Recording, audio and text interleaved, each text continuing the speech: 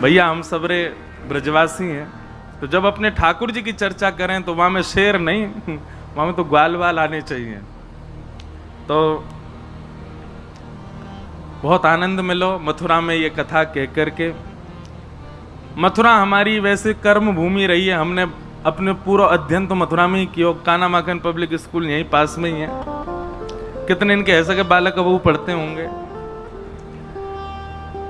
प्रथम कक्षा से लेकर के 7वीं कक्षा तक तो यहीं पढ़े, ये मसानी पे जो काना माखन है। फिर 7वीं कक्षा में चले गए वृंदावन के काना माखन में, तो 7वीं से लेकर के 12वीं तक वहां पढ़े। 10वीं तक पढ़े, 11-12 प्राइवेट की भागवत के अध्ययन शुरू कर दियो। तो करीब 7 वर्ष तो रोज मथुरा आते, रोज यहीं पर ही शिक्षा हमारी भई। और फिर मथुरा में सगे संबंधी तो सब हैं ही हैं, सब नाते इन सो मथुरा को खूब सुख मिलो। अपने जीवन की दूसरी कथा करने का अवसर मिला। प्रथम कथा जन्मभूमि पे भई, अब के यहाँ भई है, अब तो होते ही रहेंगे, आते ही रहेंगे मथुरा में, कछु ना कछु सुनावे करते ही रहेंगे। कहवे को दूसरों नगर है, पर है तो एक मथुरा वृंदावन एक दूसरे के मोहल्ला ही है, न एक चरो वृंदावन पहुंच जाओ। पर फिर भी पता ना क्यों बहुत अंतर लगे मथुरा वृंदावन में, है 6 किलोमीटर ही दूर, पर फिर भी बहुत अंतर है। वृंदावन को भाव कछु अलग है, न्यो मत सोचियो ज्यादा बड़ाई कर रहे हैं वृंदावन की।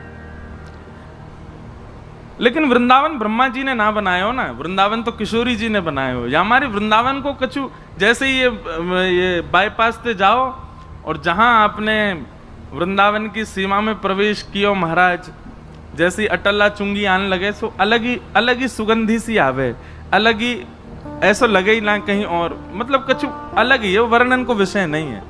नारद भक्ति सूत्र में श्री नारद जी कहते हैं प्रेम क्या, बोले मैंने सुनाया और आपने समझ लिया तो समझो वो प्रेम नहीं था। तो बोले फिर प्रेम क्या, बोले मैं समझा भी नहीं पाया और आप समझ भी नहीं पाए, वही प्रेम था। तो वृंदावन ऐसा वाको तो वर्णन कर ही ना सके, वाको बता ही ना सके, कैसे समझो जाए। पर हमारे मथुरा पे बड़ी कृपा ठाकुर जी की।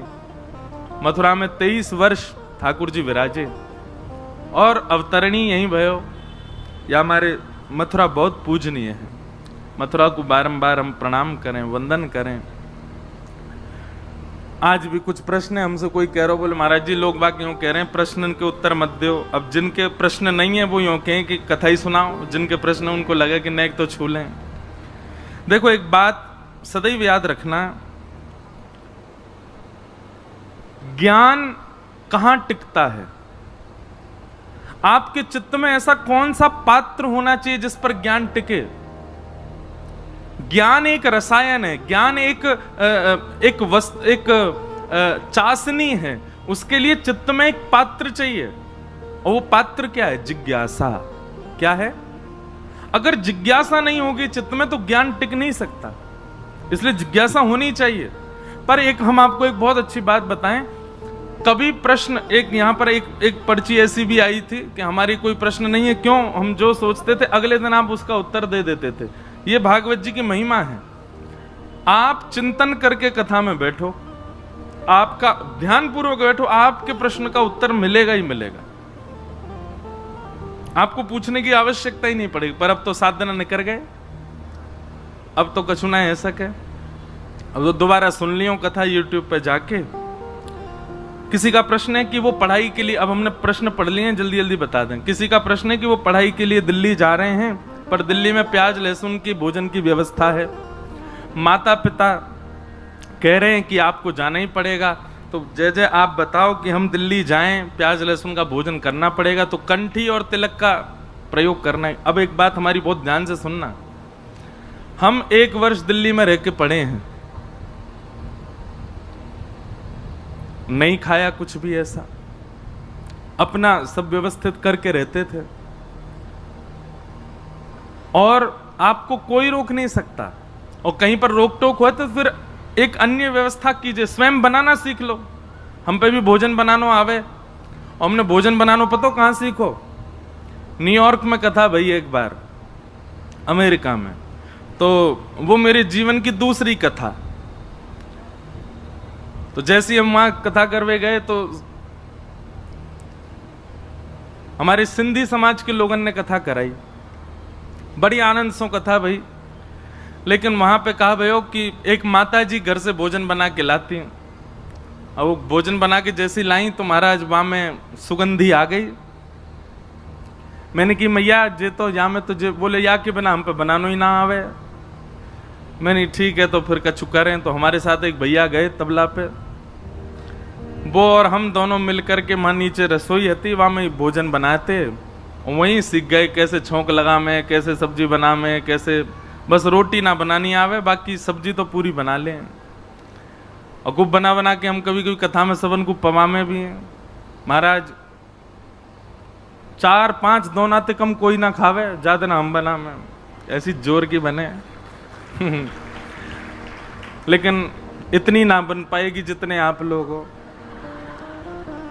लेकिन वैष्णव को यह भी चाहिए कि अगर ऐसी व्यवस्था नहीं है कहीं पर, तो भैया स्वयं सीख लो बनाना, स्वयं बनाओ, व्यवस्था तो करो। एक बार उर्दपुंड और कंठी कंठ में धारण हो गई है, बहुत रेयर ऐसा कोई कुछ बहुत आपत्ति पड़ जाए तो भी छूट तो नहीं है, पर फिर भी कोई दिक्कत नहीं, पर फिर भी अपनी व्यवस्था तो करके रखो। महीना में एक आध बार कोई दिक्कत नहीं, पाप नहीं लगता प्याज लहसुन पाने से। पर भैया जो ठाकुर जी को निवेदित ना है सके वो हम क्यों पामे, वाको हम क्यों सेवन करें, वाको सेवन नहीं करना चाहिए। चाहे आप विद्यालय पढ़ने जा रहे हो, चाहे अमेरिका पढ़ने जा रहे हो, मैं तो भैया पूरे विश्व में घूमूं, वहां तक के बालक नहीं पाते अगर वैष्णव हो जाते हैं तो यहाँ दिल्ली जाके नहीं छोड़ पाओगे। इसलिए आपको नहीं पाना चाहिए, उसका पूर्ण प्रयास करो। फिर किन्हीं को यह प्रश्न है कि आज के आधुनिक समय में धर्म बड़ा है कि कर्म बड़ा है। किन्हीं का भाव ऐसा है कि धर्म और कर्म दोनों को मिलाकर के चल पाना बहुत मुश्किल होता है। भैया कर्म को ही धर्म बना लो। हमारे मानस जी में कहते हैं, कर्म प्रधान विश्व रचि राखा, जो जस करहि सो तस फल चाखा। कर्म प्रधान है, लेकिन आपका एक भाव आगे आपने लिखा है कि कोई मनुष्य यदि धर्म का पालन नहीं करता पर कर्म बहुत अच्छे से करता है, वो मनुष्य जो धार्मिक है लेकिन अपने कर्मों से बचता है, और एक वो मनुष्य जो कर्म तो करता है पर धर्म से बचता, दोनों ही ठीक नहीं है। केवल कर्म ही कर्म करे, धर्म का बिल्कुल आश्रय। धर्म किसको कहते हो आप? पहले तो ये धर्म की परिभाषा जानते हो? 7 दिन है कथा सुनते भाई, चलो अब मैं पूछ रहा हूं, धर्म किसे कहते हैं बताओ? धर्म की परिभाषा क्या है? धर्म कहते किसको है? आपके चित्त में तुरंत बात आती है, तिलक लगानो धर्म है, माता पिता को प्रणाम करनो धर्म है, मंदिर जानो धर्म है, कथा सुननो धर्म। ये धर्म नहीं है, ये कर्तव्य है आपका। माता पिता को प्रणाम करना, तिलक लगाना, मंदिर जाना, ये कर्तव्य है। तो धर्म क्या है? धार्यते इति धर्म। जो सबको धारण करे उसको धर्म कहते हैं। व्यापार, परिवार, व्यवहार, सबको जो समेट करके रखे उसको धर्म कहते हैं। पात्र होता है ना, प्लेट है, प्लेट में रसगुल्ला भी है, गुलाब जामुन भी है, कढ़ी भी है, रोटी भी है, सब्जी भी है, वो उसी को धर्म। जो सबको संभाले उसको धर्म कहते हैं। जो केवल एक ही के आश्रम, बस कर्म ही कर्म में ध्यान है, धर्म बिल्कुल भी पाठ पूजा नहीं है, परिवार की तरफ कोई ध्यान नहीं है आदि, बस कर्म ही कर्म में लगो, वो धार्मिक व्यक्ति नहीं है। धार्मिक व्यक्ति किसको? जो कर्म भी श्रेष्ठता से करे, घर को भी संभाले, व्यवहार भी संभाले और ठाकुर जी के लिए भी समय निकाले। इन चारों को व्यवस्थित करके जो रखे वही धार्मिक व्यक्ति है। केवल ठाकुर जी में ही लगो रहेगो तो भी वो धार्मिक नहीं, और केवल कर्म में ही लगो रहेगो तो भी वो धार्मिक नहीं। सबको संभाले वो धर्म, सबको व्यवस्थित करे वो धार्मिक है। तो आपका जो ये प्रश्न है कि आज के आधुनिक समय में दोनों को कैसे किया जाए, सब संभव है। ठाकुर जी कोई ऐसा तो कहना रहे पूरे दिन मेरे लिए बैठे रहो, वो तो गिने चुने लोग हैं, ठाकुर जी ने चुन रखे हैं, वो उनके अलावा कुछ और कर ही ना सकें, उनकी बात अलग है। पर जो कर्म करते हैं, व्यवसाय करते हैं, व्यापार करते हैं, उनके लिए ठाकुर जी ये नहीं कह रहे तुम सब छोड़ो मोए भजो, बस चिंतन में मोए रखो। भगवत गीता में अर्जुन अंत में क्या कहता है भगवान से? नष्टप मोह स्मृतिर्लब्धा, बस यहीं पर ही गीता विश्राम हो जाती है। अर्जुन कहता है कि हे भगवान, आपने जो ज्ञान दिया उससे मेरा मोह नष्ट हो गया, अब आपका ज्ञान और आप मेरी स्मृति में हो। भगवान बोले बस अब उठा धनुष और युद्ध कर, मुझे स्मृति में रख बस। इसको कहते हैं धर्म। ठाकुर जी स्मरण में रहें, भगवत स्मृति बनी रहेगी तो आप अपना कर्म भी बहुत स्वच्छता से करोगे। ठाकुर जी का स्मरण बना हुआ है। व्यक्ति पाप कब करता है? थोड़ी देर के लिए भूल जाता है कि ठाकुर जी देख रहे होंगे, ठाकुर जी हैं भी, भैया ये कर्म गलत है, ठाकुर जी दंड देंगे। ये विस्मृति ही तो पाप करवाती है। भगवत स्मृति बनी रहे तो व्यक्ति पाप ही ना करे। तो कोई पूरे दिन भजवे की जरूरत नहीं है, वो लोग अलग हैं, ठाकुर जी ने उनको अलग ही चुन रखा है, जो ठाकुर जी के लिए ही हैं, उनके अलावा कुछ नहीं कर सकते। जैसे हम तो और कछु करवाओगे तो भैया सब चौपट जाएगा, हम और कोई काम के नहीं है। हम केवल कथा कहवे वाले हैं, हम केवल भक्ति करने वाले। हम पे अगर कथा कल को नहीं भी चली तो भी हमसे एक ही काम होगा, ठाकुर जी की सेवा। ऐसे ठाकुर जी ने लोग कछु चुन रखे हैं जो केवल ठाकुर जी को भजे वाले। उनकी संख्या सबसे ज्यादा हमारे वृंदावन में। वृंदावन में ऐसे ऐसे लोग हैं वो केवल ठाकुर जी को भजनो ही जाने और कछु ना जाने। लेकिन कोई को योग्यता यदि संसार के प्रति रुझान कोई के चित्त में है तो वाकू केवल इतनो करनो कि स्मृति में ठाकुर जी को रखे। सुबह उठ करके ठाकुर जी को प्रणाम करे, संध्या के भोजन के समय ठाकुर जी को प्रणाम करे, ठाकुर जी को स्मरण रखे। जन्माष्टमी आवे, रामनवमी आवे, सुंदर सुंदर दिवस आवे, उन दिवसन पर उत्तम सेवा करे ठाकुर जी की। बस इतनो भी ना कर सके अगर आज के आधुनिक समय में तो फिर भैया रोबोट तो नहीं हो आप, इतने आधुनिक तो नहीं हो कि रोबोट बन गए हो। इतना तो कर सके ना, बस स्मृति में ठाकुर जी रखो। काम करते चलो, नाम जपते चलो, हर समय कृष्ण का ध्यान धरते चलो। काम की वासना को मिटाते चलो, कृष्ण गोविंद गोपाल गाते चलो। दूसरा उपाय, सुख में फूलो मती, दुख में भूलो मती, प्राण जाए मगर नाम भूलो मती। मुरली वाले को मन से रिझाते चलो, कृष्ण गोविंद गोपाल गाते चलो। देखना इंद्रियों के ना घोड़े भगे, इनमें हरदम जो संयम के कोड़े पड़े।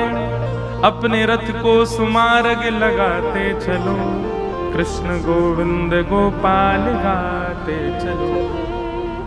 बस इतना करना है।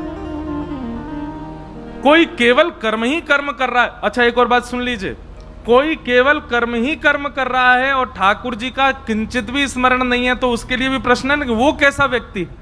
निश्चित है कर्म में कभी ना कभी चूक होगी, निश्चित है उसके जीवन में कभी ना कभी वो कर्म करते करते कभी तो कुछ ऐसा कर सकता है जो उसको पतनशील बना दे।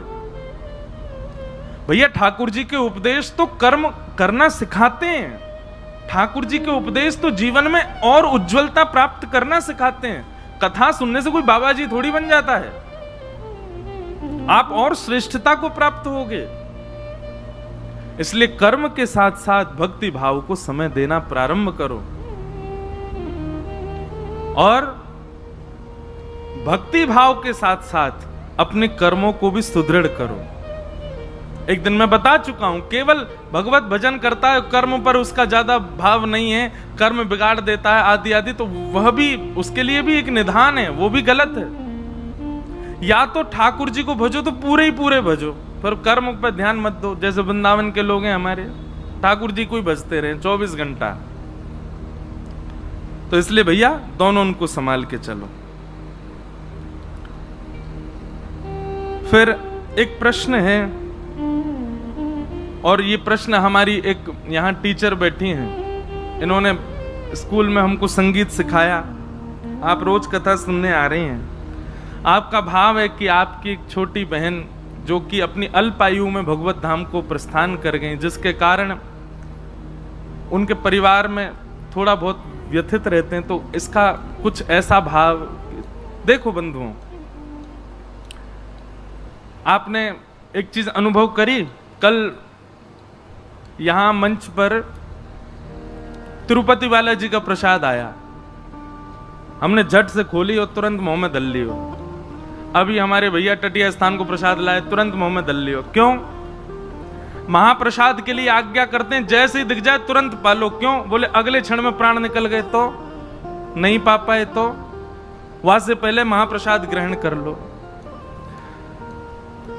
जीवन का किसी का भरोसा नहीं, मेरा भी नहीं है, आपका भी नहीं, हम सब ऐसे ही, हमारी सबकी अवधि शेष है। एक व्यक्ति ने मुझसे प्रश्न किया, बहुत ध्यानपूर्वक सुनना। प्रश्न यह था कि उनके घर बालक का जन्म हुआ और जन्म लेते ही बालक बिल्कुल स्वस्थ और 2 घंटा के भीतर जन्म लेते ही भगवत धाम प्रस्थान कर गए। उन्होंने कहा महाराज जी, हम 2 साल हो गए, अभी तक उस सदमे से ही नहीं निकल पा रहे। हम तो उत्सव की तैयारी कर रहे थे, घर सजा लिया था, सब ऐसा, फिर ये क्यों और इसका कारण क्या था? मैंने कहा देखो 2 कारण है। 2 कारण क्या है? पहला कारण, हम सबका जीवन नियुक्त है, इतना ही हमको जीना है। इस जीवन में जितनी अवधि ठाकुर जी ने दी है उतना ही जी पाऊंगा, लेकिन इस जन्म में यदि मेरे मन में कोई अभिलाषा उत्पन्न हुई और उससे पहले मेरे प्राण निकल गए, तो उस अभिलाषा की पूर्ति के लिए मुझे फिर जन्म लेना पड़ेगा। और जब तक वो कामना मेरी पूर्ण नहीं हो जाएगी तब तक मुझे पुनरपि जन्म लेना पड़ेगा। इसीलिए कहते हैं कामना कोई चित्त में मत रखो। हमने कहा भैया देखो, जो भी संतान आपके घर हुए ना, उनका जीवन पूरा व्यवस्थित हो चुका था, पर शायद अंतिम समय में थोड़ी जीने की इच्छा रह गई होगी, तो उस क्षण के लिए ही सही। और आपका प्रारब्ध ऐसा था कि आपने पूर्व जन्म में ऐसा कुछ किया होगा कि आपको थोड़ा कष्ट होना है किसी के अव्यवस्थित होने से, तो आपका प्रारब्ध और उनकी इच्छा दोनों हुई। वे तो 2 घंटा जीने के लिए आपके घर आए और आपके किसी पूर्व के प्रारब्ध के कारण आपको थोड़ा शोक दे गए। मैंने कहा ये बात ठाकुर जी की व्यवस्थित है, इसमें ज्यादा चिंतित नहीं होना है। हम सबका जीवन एक सीमित है। ठाकुर जी, ये मान लीजिए कि कोई व्यक्ति यदि बहुत लंबी आयु जीता है तो हमारे यहां उसको बहुत अच्छा मानते हैं, पर यदि आप हमारे सब पूर्व आचार्यों को देखें तो अधिकतर आचार्यों ने युवावस्था में ही अपने भगवत धाम की प्राप्ति कर ली। क्यों? जितनी जल्दी उनके कार्यशील पूर्ण हो गए, जिस कार्य के लिए वो आए जैसे पूर्ण हुआ तुरंत भगवत धाम प्रस्थान कर गए। आद्य गुरु शंकराचार्य बहुत अल्प आयु में भगवत धाम चले गए। ऐसे अनेक आचार्य हैं, जब लगा कि उनका कार्य अब पूर्ण हो गया तो भगवत धाम चले गए। वो कुछ ही क्षण के लिए, कुछ कार्यों के लिए ही आए थे। इसलिए देखो, परिवार से कोई जावे तो व्यथित तो पूरा परिवार होता। हमारे घर में भी भगवान ना करे लेकिन कुछ होता है, बड़े बुजुर्ग भी यदि, तो व्यथित तो होते हैं। लेकिन ये संसार का एक चक्र है, आया है सो जाएगा, राजा रंग फकीर। पर कोई पूर्ण जीवन जी के जाता है, कोई पूर्व में चला जाता है, कोई जन्म लेते ही चला जाता है। व्यथित तो होंगे हम, पर उसको ज्यादा अपने चित्त पर और अपने बुद्धि पर मत रहने दीजिए। अपना कार्य संपन्न करते चलो, उससे ज्यादा व्यथित मत होइए। यही एक भाव है। फिर दूसरा भाव आपने गुरु शिष्य के भाव से कहा कि अगर शिष्य श्रेष्ठ हो जाए तो गुरु को उसके प्रति कैसा भाव रखना चाहिए? सदा आशीष का ही भाव रखना चाहिए। शिष्य कितना भी श्रेष्ठ हो जाए, गुरु तब भी आशीर्वाद ही देवे, यही भावना होनी चाहिए। इस प्रकार कुछ प्रश्न हैं, सबको हम प्रणाम करते हैं। आज कथा का विश्राम दिवस है। कल हमने रुक्मणी विवाह के प्रसंग को बहुत जल्दी जल्दी कहा क्योंकि विलंब हो रहा था। आज गृहस्थाश्रमियों वाली कथा है, इसलिए बहुत ध्यान से सुनिएगा सब लोग। भगवान का विवाह रुक्मणी जी के साथ में हुआ, पर बहुत अच्छी चर्चा यहां पर सुनाई जाती है। अब थोड़ी सी हमने जो कल जल्दी जल्दी भगाई नेक उसका विस्तार करें। बलराम जी का ब्याह हो गया लेकिन ठाकुर जी का नहीं हो रहा था। तब देवकी मैया ने नारद जी को बुलाया और नारद जी थे कई बड़े लाला को तो ब्याह है गयो या छोटे वाले को कब होएगो। तो नारद जी ने जब ठाकुर जी की जन्म पत्री देखी, जन्म पत्री देख करके बोले मैया छोटे वाले लाला के तो इतने ब्याह होंगे, इतने ब्याह होंगे, इतने ब्याह होंगे। बोले कितने होंगे? बोले अगर आप हर दिन वर्ष को, मतलब वर्ष में जितने दिन है, हर दिन अगर सोचें एक एक बहू से मिलें तो एक वर्ष में वो पूरी नहीं होंगी, इतने ब्याह होंगे। बोले होगा कब, अब लाला बड़ो है तो जा रहा। वैसे ठाकुर जी 16 वर्ष के ही रहते हैं, इससे बड़ी आयु ठाकुर जी की नहीं होती। वर्ष गिने जाते हैं कि ठाकुर जी कितने वर्ष धराधाम पर रहे, पर ठाकुर जी अपने 125 वर्ष की आयु तक ठाकुर जी पृथ्वी पर रहे, भगवान श्री कृष्ण। पर 125 वर्ष के समय काल तक भी ठाकुर जी 16 वर्ष के ही लगते थे। भागवत जी में प्रसंग आता है कि भगवान का पुत्र 50 वर्ष का, भगवान का पौत्र 25 वर्ष का। तो पहले तो पुत्र आया तो उसके सफेद दाढ़ी है, सफेद मूंछ सी है, सबने कही वो कौन? ये द्वारिकाधीश जी के पुत्र हैं। इतने में ही एक युवा जैसा आया, उसके काली दाढ़ी, काली मूंछ, काले बाल हैं, केश हैं। बोले ये कौन? ये भगवान का परपौत्र है। इतने में ही नेक्स्ट से ठाकुर जी कूदते फांदते आए। बोले ये कौन है? बोले ये दादाजी हैं। 16 वर्ष के ठाकुर जी इतने से ही नेक्स्ट से। उनके भागवत जी में वर्णन है ठाकुर जी के रों भी नहीं आए हैं। जो पुरुषों के 13-14 वर्ष 15 वर्ष की आयु में छोटे छोटे रेशे आ जाते हैं ना, जो दाढ़ी मूंछ के, ठाकुर जी को वो भी नहीं उत्पन्न हुए हैं। ऐसे कोमल से हैं ठाकुर जी, बिल्कुल 16 वर्षीय बालक की तरह हैं। और जैसे ही कूदते फांदते छोटे से ठाकुर जी आमे तो बड़े बूढ़े सब उनको प्रणाम करें, भगवान के खुश रहो, सब मेरे पुत्र हैं। तो मैया बोली लाला इतना बड़े हो गो, या को ब्याह कराओ। तो नारद जी महाराज बोले मैया हम लड़की ढूंढे। देवकी मैया बोली नवलखा को हार दूंगी, मेरो लाला को ब्याह है तो। अब नारद जी को नवलखा का तो कोई लोभ नहीं था, पर देखना चाह रहे थे ठाकुर जी का विवाह कैसा होगा। एक बार हमारे सामने दृश्यमान हो कि ठाकुर जी दुल्हा बन के कैसे लगेंगे। और उसी दिन से वो चिंतन इतना व्याप्त हो गया नारद जी को, अब लग गए नारद जी ढूंढने में कि लाल जी का ब्याह होना चाहिए। तभी नारद जी भ्रमण करते करते कौंडन्यपुर पहुंचे। वहां भीष्मक राजा की पुत्री रुक्मणी जी को जब देखा, रुक्मणी जी को देख करके नारद जी बोले वाह ये बिल्कुल उचित है हमारे ठाकुर जी के लिए। संत आते थे तो भीष्मक राजा खूब आदर सम्मान करते, उनके लिए आसन लगाया, बोले 2 शब्द आप कुछ प्रवचन करो। तो भागवत जी में वर्णन है मुकुंदस्य रूप वीर्य गुणश्रिय। भगवान के रूप और गुण का चिंतन सुनाने लगे नारद जी। रुक्मणी जी बैठ के सुन रही हैं। अच्छा, पूरी पृथ्वी जानती है कि द्वारिकाधीश कृष्ण हैं, लोग उनको भगवान मानते हैं। कुछ लोग मानते थे, कुछ लोग नहीं भी मानते थे। कुछ लोगों को लगता था ऐसे ही बस बना दिए बात, कोई भगवान थोड़ी होंगे। पर जब उनके पराक्रम को सुनते तो लोगों को लगता भी था हो सकता है भगवान हो, पर्वत उठाया, हो सकता है भगवान हो, महाभारत के युद्ध में सारथी बने रहे, एक बाण स्पर्श नहीं होने दिया, हो सकता है भगवान हो, 16,108 ब्याह किए। उस समय के काल में ऐसी भावना थी। तो द्वारिकाधीश का गुण जब बताया, सुन करके भीष्मक राजा अति आनंदित हुए, प्रणाम किया। तो नारद जी ने धीमे से कहा, बोले आप कहें तो जिनके रूप गुण में सुना रहा हूं उनसे आपकी कन्या के विवाह की बात करूं।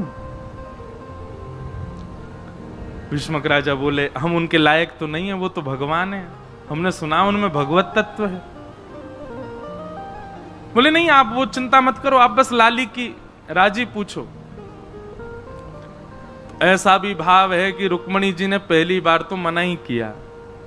रुक्मणी जी बोली अब इतनी जल्दी थोड़ी हाँ कर देंगे, अभी तो बस रूप गुण सुन लिए। तो नारद जी बोले ये आकर्षित तो हो गई हैं, लेकिन अभी मन में विश्वास प्रकट नहीं हुआ कि ठाकुर जी से ब्याह होना चाहिए कि नहीं। तो नारद जी ने क्या किया, बोले अपने 18-19 चेला बुलाए और सबको बारी बारी से भेजा, संत रूप धारण कर करके जाओ और भीष्मक राजा के यहाँ जाकर के आसन मिले तो वहां बैठ के ठाकुर जी के रूप गुण ही सुनाओ। रुक्मणी जी को और कुछ सुनाई नहीं दे, 24 घंटा ठाकुर जी देखें। क्यों? नारद जी के चित्त में जल्दी ब्याह हो ठाकुर जी का। अब तो जो संत आमे कौंडन्यपुर और भीष्मक राजा उनको आसन पर विराजमान करें, रुक्मणी जी सामने बैठे प्रवचन सुनने के लिए, वो शुरुआत ही यहीं से करते हैं। वंशी विभूषित करा नवनीरदाभार पीतांबरा दरुण बिंब फलाधरोष्ठात् पूर्णेन्दु सुंदर मुखा अरविंद नेत्रात् कृष्णात् परम किमपि तत्त्वमहं न जाने। कि वरहा पीडम नटवर वपुः कर्णयो कर्णकारं विभ्रदवासः कनक कपिसं वैजयन्तीं च मालां रन्ध्रान् वेणुवधर सुधया पूरयन् गोपवृन्दै वृन्दारण्यं स्वपदरमणं प्राविशद गीत कीर्ति। पहले तो रुक्मणी जी बोली ये सब एक ही कृष्ण की चर्चा क्यों करते रहते हैं, लेकिन ठाकुर जी की चर्चा में, सब लोग इधर देखो, ठाकुर जी की चर्चा में एक अलग प्रकार का एडिक्शन है। हो सकता है पहली बार में आपका आकर्षण थोड़ा हो, पर जब आप बार बार सुनेंगे ना तो ऐसे है जाओगे कि आप कृष्णमति, कृष्ण गति, कृष्ण ये होगा। आप निद्रा में सोएंगे तो भी आपको ठाकुर जी दिखेंगे, कहीं चल के जाओगे तो भी ठाकुर जी दिखेंगे, कहीं बैठोगे तो भी ठाकुर जी का स्मरण होगा। ये ठाकुर जी की चर्चा का एक एडिक्शन है। एक बार अगर या तो लगेगा नहीं, और लग गया उसके अलावा कोई भाएगा नहीं। अब रुक्मणी जी की स्थिति कैसी हो गई, रुक्मणी जी चलती हैं और कहीं मोर पंख की कोई सजावट देख लेती हैं तो रुक्मणी जी कहती हैं ऐसी पहनते हैं मोर पंख। कहीं जाती हैं नीले नीले तालाब को देखती हैं तो कहती हैं, कल एक संत आए तो वो बता रहे थे ऐसा ही वर्ण है उनका। कहीं जाती हैं पीतांबरी देखती हैं तो सोचते ओहो ऐसा ही वस्त्र पहनते हैं। अब रुक्मणी जी की स्थिति उसे हो गई, सोते जागते चिंतन में कृष्ण कृष्ण कृष्ण कृष्ण कृष्ण। अब इतने रम गए कृष्ण कि अब कृष्ण के अलावा कोई दिखता ही नहीं। रुक्मणी जी ने अपने पिताजी से कह दिया, बोले नारद जी को बुला के कहो अब मुझे वो जिनका वो प्रवचन करके गए वही दिखते हैं, अब मेरा उनसे ही ब्याह कराएं, अब मैं और किसी से ब्याह नहीं कर सकती। भीष्मक राजा ने तुरंत नारद जी को बुला के कहा, बोले आप द्वारिकाधीश से चर्चा करो। नारद जी तो बड़े प्रसन्न हो गए, दौड़ करके महाराज पहुंच गए द्वारिका। बहुत ध्यान से सुनना, भगवान से जाकर के बोले अब यही जो उन्होंने कौंडन्यपुर में जो लीला की, यही लीला वो द्वारिका में कर रहे हैं। भगवान ने बोला आइए आइए नारद जी विराजो, आसन पर बैठो, कुछ बढ़िया चर्चा सुनाओ। तो जैसे वहां कृष्ण की चर्चा सुना रहे थे, नारद जी यहां बैठकर रुक्मणी जी की चर्चा सुनाने लगे। आहा ऐसे मृग नैनी है, ऐसी पैनी सी नाक है, ऐसे वाक्य होठ हैं, चाल ऐसी, गुण ऐसा, स्वभाव ऐसा, शीलवान ऐसी। अरे भैया ऐसे प्रणाम करे संतन को, ऐसा बढ़िया प्रसाद बना के खवावे। ठाकुर जी बोले चर्चा से तो यूं लग रही है बड़ी सुघड़ कोई कन्या है। नारद जी बोले आपका विषय नहीं, आप मत सुनो। देवकी मैया आप कहो तो या लड़की से बात करूं ठाकुर जी की? बोले हाँ हाँ करो करो बात करो, कैसे ब्याह होना चाहिए आपको। ठाकुर जी ने भी फिर मना किया, नहीं, नहीं अभी रुक जाओ, इतनी जल्दी थोड़े। विवाह प्रसंग में एक बार में हाँ नहीं करना चाहिए, थोड़ा विचार करना चाहिए। दो काम विचार करके करने चाहिए, एक तो घर बनाओ तो विचार करके बनाओ, और दूसरा विवाह करो तो विचार करके करो। जो इन दोनों में जल्दी करते हैं पछताते हैं। एक बार एक लड़का से कही ये तुम लड़की देखने जा रहे हो? एक बार में हाँ मत करना, 3-4 बार मना करना, ये अच्छे गुण होते हैं। 3-4 बार पहले मना करो फिर हाँ कर देना, वो ठीक है। लड़की देखने गया, जैसे जाके बैठा, सब बात हुई, बोले कि बताओ भैया तुमका क्या मन है? बोले मुझे पसंद नहीं है, पसंद नहीं है, पसंद नहीं है, पसंद है, करा दो। सब बोले जे क्या था? 3 बार मना किया, 1 बार हाँ किया। ठाकुर जी भी मना कर रहे हैं। नारद जी ने वही सबरे चेला बुलाए दोबारा, बोले अब सुनो यही काम करो, यहां बैठ के रुक्मणी जी के गुण सुनाओ ठाकुर जी को 24 घंटा। और ठाकुर जी को किशोरी जी के, श्री रुक्मणी जी के रूप गुण की इतनी चर्चा सुनाई, इतनी चर्चा सुनाई कि ठाकुर जी को अब जहां देखें वही देखें रुक्मणी जी। नारद जी को बोले ऐसा कर गए हो, अब तो कहीं देखूं वही दिखती है। तब फिर ये योजना बनी कि रुक्मणी जी ने जब जिज्ञासा प्रकट करी तो रुक्मणी जी का भाई रुक्मी शत्रु मानता था भगवान को। उसने शिशुपाल से परसों ही शादी तय कर दी, बोले परसों ही ब्याह होगा। शिशुपाल से कहा तुम बारात लेके आ जाओ, कहीं तुमसे पहले कृष्ण ना ले जाए। इतने में ही रुक्मणी जी ने पत्र लिखा, पत्र लिख करके ठाकुर जी को बुलाया, चले गए। अब आई ठाकुर जी की ब्याह की बेला। रुक्मणी जी वापस आ गई, पूरा नगर सजाया गया, ठाकुर जी आए। भगवान ब्याह के लिए जैसी पधारे, शिशुपाल उसका ब्याह होना था। कहते हैं बाराती संग सैनिक लेके आया था 1 करोड़ भगवान के विवाह में। और विवाह संपन्न होते ही ऐसी मारकाट मची, 1 करोड़ सैनिकों को मारा ठाकुर जी ने अपने विवाह में। पूरी यदुवंशी और सब में युद्ध हो गया वहां पर, और युद्ध में सब मारे गए। और तब ठाकुर जी रुक्मणी जी को लेकर के द्वारिका पधार। बताओ कैसा ठाकुर जी के जीवन में कब संकट नहीं आया। जन्म लियो संकट आयो, नेक बड़े भय संकट आयो, नेक और बड़े भय संकट आयो। ठीक ठाक भई कि व्रत छोड़ के यहाँ आ गए, यहाँ पे आके चैन से बैठे ही है कि दोनों तरफ से मथुरा पर आक्रमण होने लगे। दौड़ करके द्वारिका गए तो फिर महाभारत युद्ध छिड़ गए, महाभारत से लौट के आए तो फिर ये सब क्रिया होने लगे। अरे अभी सुनियो, ठाकुर जी के जीवन में एक समय ऐसा नहीं रहा कि संकट नहीं रहा हो। विवाह में भी कुछ ना कुछ उत्पात मचता ही रहा। अब यहां तो गुड़ चढ़ी हो, वर्षा है जाती हो के अब सगुन है गो। ठाकुर जी के में तो 1 करोड़ सैनिक मरे, खून खून है गयो महाराज। ये अब सगुन नहीं है, जीवन है। ये संसार दुखालय, यहां सबके जीवन में कष्ट आता है।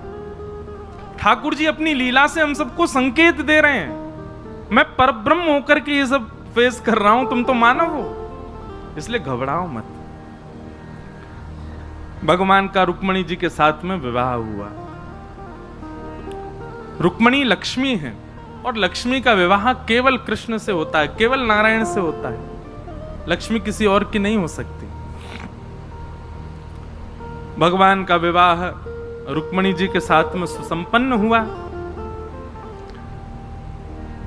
तभी एक सत्राजित नाम का व्यक्ति रहता था द्वारिका में। उसको सूर्य नारायण भगवान ने एक मणि प्रदान करी थी। उस मणि की खास बात यह कि वो मणि हजारों किलो सोना रोज देती थी।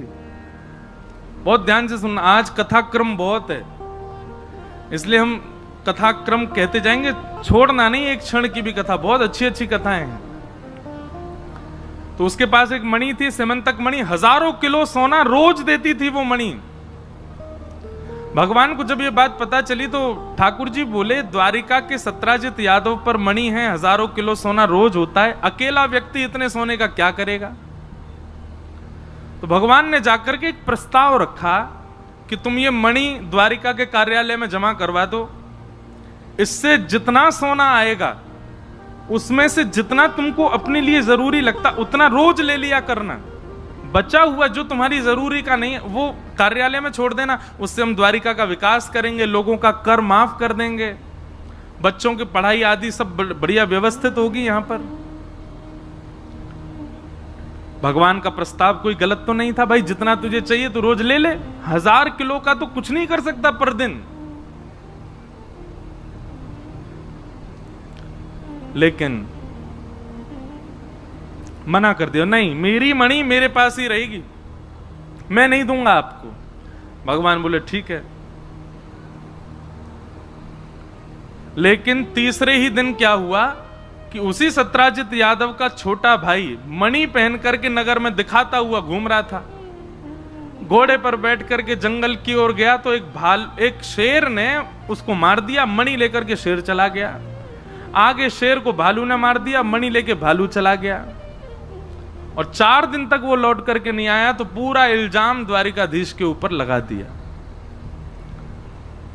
सोचो बंधुओं, जिनसे जीवन है, जिनसे पहचान है, जिनसे ही आप जी रहे हो द्वारिका में, उन्हीं द्वारिका के लोगों ने उनके ऊपर लांछन लगा दिया।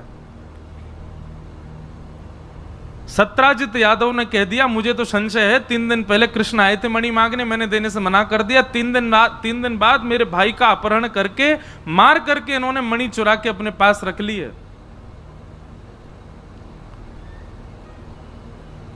संसार का नियम है, अच्छी बात बताओ तो उसका प्रचार नहीं करते।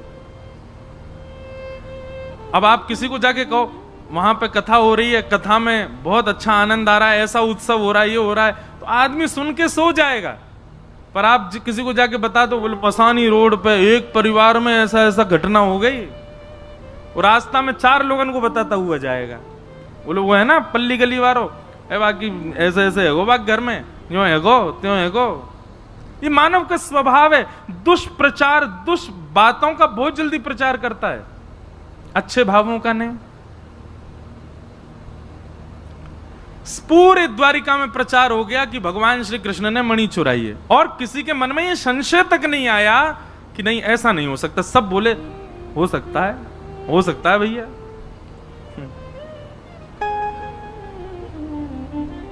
द्वारिकाधीश को जब ये बात पता चली तो भगवान पहले मंद मुस्काए और मुस्का करके बोले यही है पृथ्वी, यहां आप दुनिया के लिए मर मिटिए, कुछ भी कर बैठिए। अरे इन सबको मथुरा से बचा करके द्वारिका लेके आया मैं। द्वारिका में कोई और नहीं रहता था, ये मथुरावासी ही सब द्वारिका गए थे भगवान के साथ। इसलिए आज भी भगवान के वंशज द्वारिका और गुजरात में पाए जाते हैं। वो अपने आप को आहिर बोलते हैं। अहीर समाज के जो लोग गुजरात में पाए जाएं वो सब भगवान की वंशज माने जाते हैं, क्योंकि भगवान संपूर्ण यदुवंशियों को संग लेकर के गए थे मथुरा से। भगवान बोले इनको मथुरा से बचा के लाया मैं, नई नगरी सोने की में बसाया मैंने। बच्चों का खाना पीना पढ़ना सब कुछ द्वारिका राजभवन से होता है। लेकिन एक बार भी किसी के चित्त में संशय नहीं आया कि भगवान ऐसा नहीं कर सकते। सबने विश्वास ही कर लिया, हो सकता है भगवान ने किया हो, कोई बड़ी बात नहीं है। एक बात सदैव याद रखना, जब आपके ऊपर गलत आरोप लगाए कोई और आपकी अगर गलती नहीं है तो आप मचलोगे नहीं। मचलता वही है जिसकी गलती होती है। एक गुप्त रहस्य है। आपने किसी से कहा है भाई तूने ऐसा ऐसा किया, नहीं तो किसने कह दी तेरी सौगंध, वाकी सौगंध, या की सौगंध, ये हो गई वो हो गई, और फिर ले सफाई। समझ जाना अति भक्ति चोरे लक्षण।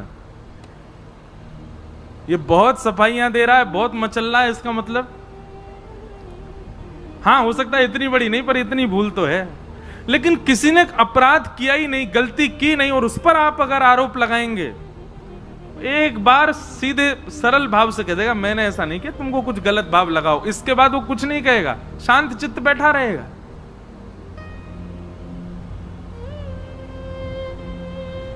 इसलिए कभी भी अपराध हो भगवान से सीखो। आपके ऊपर यदि कोई लांछन लगाए, आरोप लगाए, मचलो मत। भगवान मचले नहीं बिल्कुल भी। ठाकुर जी बोले ठीक है द्वारिका के लोगों को संशय है तो हम ढूंढने जाते हैं, देखते हैं भाई किसने किया ये काम, हमने तो नहीं किया। और ठाकुर जी चुपचाप अर्धरात्रि में अपनी थोड़ी सी सेना लेकर के वन की ओर गए ढूंढने, कहां है प्रसेन। थोड़ी दूर पर मरा हुआ मिला प्रसेन। भगवान ने देखा मणि उसके पास नहीं थी, लेकिन शेर के पंजों के निशान उसके शरीर पर थे। तो थोड़ी दूर जाकर के ढूंढा तो शेर भी मरा हुआ मिला, उसके पास भी मणि नहीं थी, उस पर रीछ के पंजों के निशान थे। पीछे पीछे गए, रीछ के पंजों के निशान के पीछे, तो एक गुफा में प्रवेश कर गए भगवान। सेना को बाहर रोक दिया, हम होके आते हैं। भीतर जाकर के भगवान ने देखा तो दिव्य मणि चमक रही थी। ठाकुर जी ने जैसी मणि उठाई, भालू ने झपट करके आक्रमण किया भगवान के ऊपर। 18 दिन तक युद्ध करते रहे भगवान। 18 दिन बाद जब उसकी नस नस ढीली हो गई, परेशान हो गया, हाँफने लगा, चरणों में गिर गए, बोले भगवान मुझे मत मारो, मैं आपका सखा हूं, आपका बहुत प्राचीन सेवक हूं, मेरा नाम जामवंत है। भगवान ने जैसे जामवंत नाम सुना, ठाकुर जी ने तुरंत उसको उठाया, हृदय से लगाया, पसीना पसीना है गए दोनों। 18 दिन से युद्ध कर रहे थे। जामवंत जी ने सुध पूछी, कैसे आए भगवान? भगवान ने बताया, ये मणि की वजह से हम पर आरोप लग गया है, ये मणि लेने आए हैं, मणि दे दो। जामवंत जी बोले भगवान दोनों हाथ आगे करो। भगवान ने दोनों हाथ आगे किए तो जामवंत जी ने एक हाथ में तो अपनी पुत्री छोटी सी थी, उसका हाथ पकड़ करके भगवान के हाथ में धर दिया और दूसरे हाथ में मणि रख दी। बोले भगवान अब मेरी पुत्री को भी स्वीकार करो और दहेज के रूप में ये मणि ले जाओ। भगवान बोले हम पे एक आरोप लगा है, अब 2 लग जाएंगे। और दूसरा आरोप क्या लगेगा? बोले इनको इंसान नहीं मिले थे ब्याह करने के लिए, जो बालू की बेटी थे ब्याह कर आए। पूरी द्वारिका हम पर प्रश्न चिन्ह उठाएगी।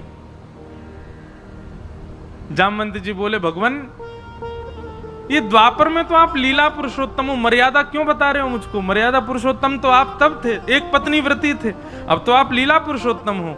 और लीला पुरुषोत्तम मर्यादा का ध्यान नहीं रखता, मर्यादा का भाव नहीं रखता, वो तो लीला करता है। कृपा करके अब मेरी पुत्री को स्वीकार कीजिए, मैं वर्षों से प्रतीक्षा कर रहा हूं।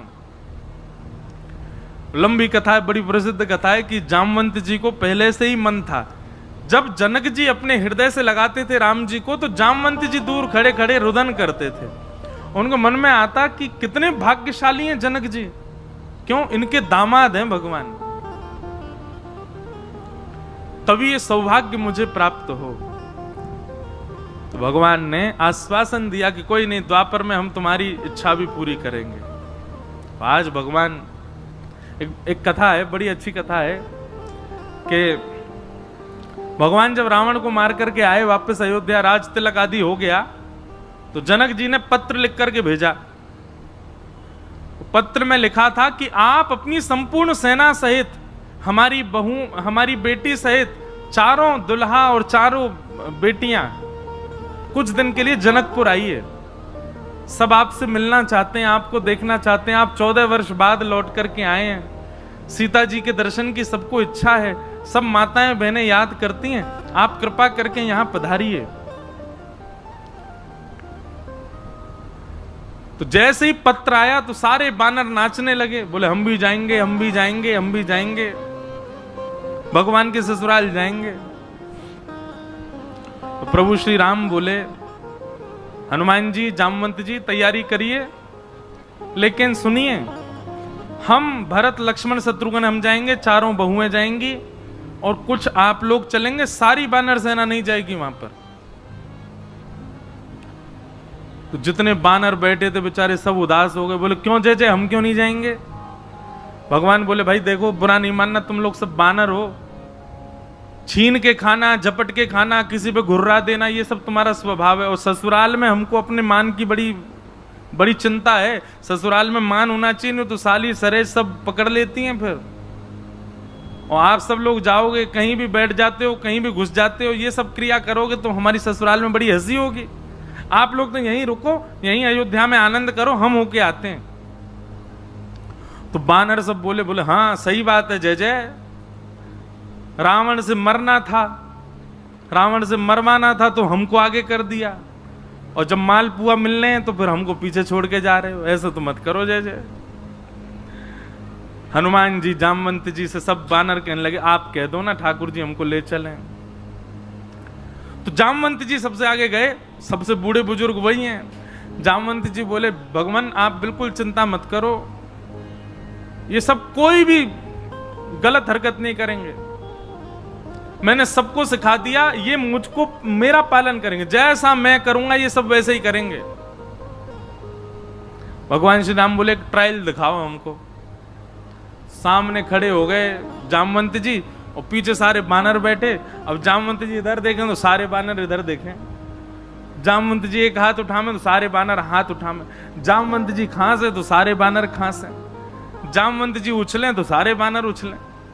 बोले भगवान ये ऐसे ही जाएंगे, ऐसे ही आएंगे, कुछ भी अपने मन से नहीं करेंगे। आपको इन पे भरोसा नहीं, मुझ पे तो है ना, ले चलो सबको। राम जी बोले देख लेना जामवंत जी, नाक नहीं कटे हमारी। बोले बिल्कुल चिंता मत करो। गए, भगवान पूरी सेना लेकर के गए। जैसे ही जनकपुर में प्रवेश हुआ महाराज, जनकपुर के लोग देख देख करके आश्चर्यचकित, ऐसी बिल्कुल जैसे परेड करते हैं ना, ऐसे चल रहे हैं सारे बंदर जामवंत जी को देखते हुए। द्वार पर सब लोग हाथ में थाली लिए खड़े हैं, उनमें फल वल भी रखे, तो बंदरों को देख के सब भीतर जाने लगे। जामवंत जी जाना नहीं, कोई एक भी झपट्टा नहीं मारे, द्वार पे ही खड़ी रहो, फल वल लिए खड़ी रहो, कोई झपट्टा नहीं मारेगा, ये सब राम जी की सेना के बंदर हैं। महाराज पुष्प वर्षा हो, माला पहनाई जाए। अब बंदर को माला पहना रहे हैं, बंदर यूं ही देख रहा है। बोले क्यों? जामवंत जी भी यूं ही देख रहे हैं ना। पूरी जनकपुर में प्रशंसा होने लगी, राम जी बड़े प्रसन्न। राम जी बोले जामवंत जी हमको बड़ी प्रसन्नता है, बस ये 3-4 दिन हमको यहां रहना, ऐसे ही रहें सब लोग, आप बिल्कुल चिंता मत करो। जनक जी ने एक सभा में भोजन का कार्यक्रम किया। बोले सबके साथ बैठ के भोजन होगा, सारे बानर भी भोजन पाए। भोजन का कार्यक्रम हुआ महाराज। एक एक बानर के आगे चौकी लगाई गई। पहली बार चौकी पे पा रहे हैं बानर, और चौकियों पे सोने की थाल, वहां में कटोरी, वहां में मालपुआ, रसगुल्ला सब आ रहे हैं। अब बंदर सब एक भी थाली को नहीं देख रहे, सब जामवंत जी को देख रहे हैं। सामने जैसे ही कोई सामग्री पधराई जाए, बंदर के मुंह में पानी तो अब स्वभाव है छीन के लेनो, लेकिन हाथ पांव सब बांध के बैठे हैं। बोले जामवंत जी जो करेंगे वही करना है। जनक जी ने कहा प्रारंभ कीजिए। सबरे देख रहे हैं, तो जामवंत जी ने पहले तो जल लिया हाथ में, सबरे बानर जल ले रहे हैं, और जल लेकर के जामवंत जी मंत्र पढ़ रहे हैं, अन्नपूर्णे सदा पूर्णे। आहा, सब बानर ऐसे आचमन करें, आचमन करके जैसे भी सब बानर आचमन कर रहे हैं, पहली बार आचमन करके भोजन कर रहे हैं। जामवंत जी थाली की ओर देख रहे हैं क्या पाम है, लेकिन बानर सब जामवंत जी को देख रहे हैं, जे जो पाएंगे वही पानो है। जामवंत जी ने सबसे पहले फल उठायो, आम उठायो। जैसे ही आम उठायो, सब बानरन ने आम उठायो। जामवंत जी घुमा घुमा के देखें, सब बानर भी घुमा घुमा के देखें। जामवंत जी ने जोर से दबाई, सुबह में से गुठली उछल गई, और जैसे ही गुठली उछली, सब बानरन ने जोर से दबाया। बोले गुठली उछलनी चाहिए। अब जैसे ही गुठली उछली, जामवंत जी ने देखी गुठली कहां गई। मेरे हाथ से मेघनाथ निकल के नहीं भाग सकता, मेरे हाथ से रावण निकल के नहीं भाग सकता, मैं जामवंत बलवान, तू गुठली कैसे भाग गई। जामवंत जी को क्रोध आया, गुठली पकड़ने के लिए जैसे ही जामवंत जी कूदे, बानर बोले आक्रमण, कूद पड़ो सबरे। और महाराज यहां थे वहां, वहां थे यहां, यहां थे वहां, सबरे इधर उधर कूदे, थाली उछाल दें, कड़ी लिपटा दें। जनक जी महाराज एक खंबा के पीछे दुबक के खड़े, जे क्या हुआ। राम जी नीचे नजर करके बैठे, बोले हो गया जो खूब सिखा पढ़ा के लाए, लेकिन कुछ नहीं बचा। अब सबसे ज्यादा आत्मग्लानि हुई जामवंत जी को। जामवंत जी क्षमा मांगने लगे, लेकिन राम जी देखे ही नहीं रहे उनकी तरफ।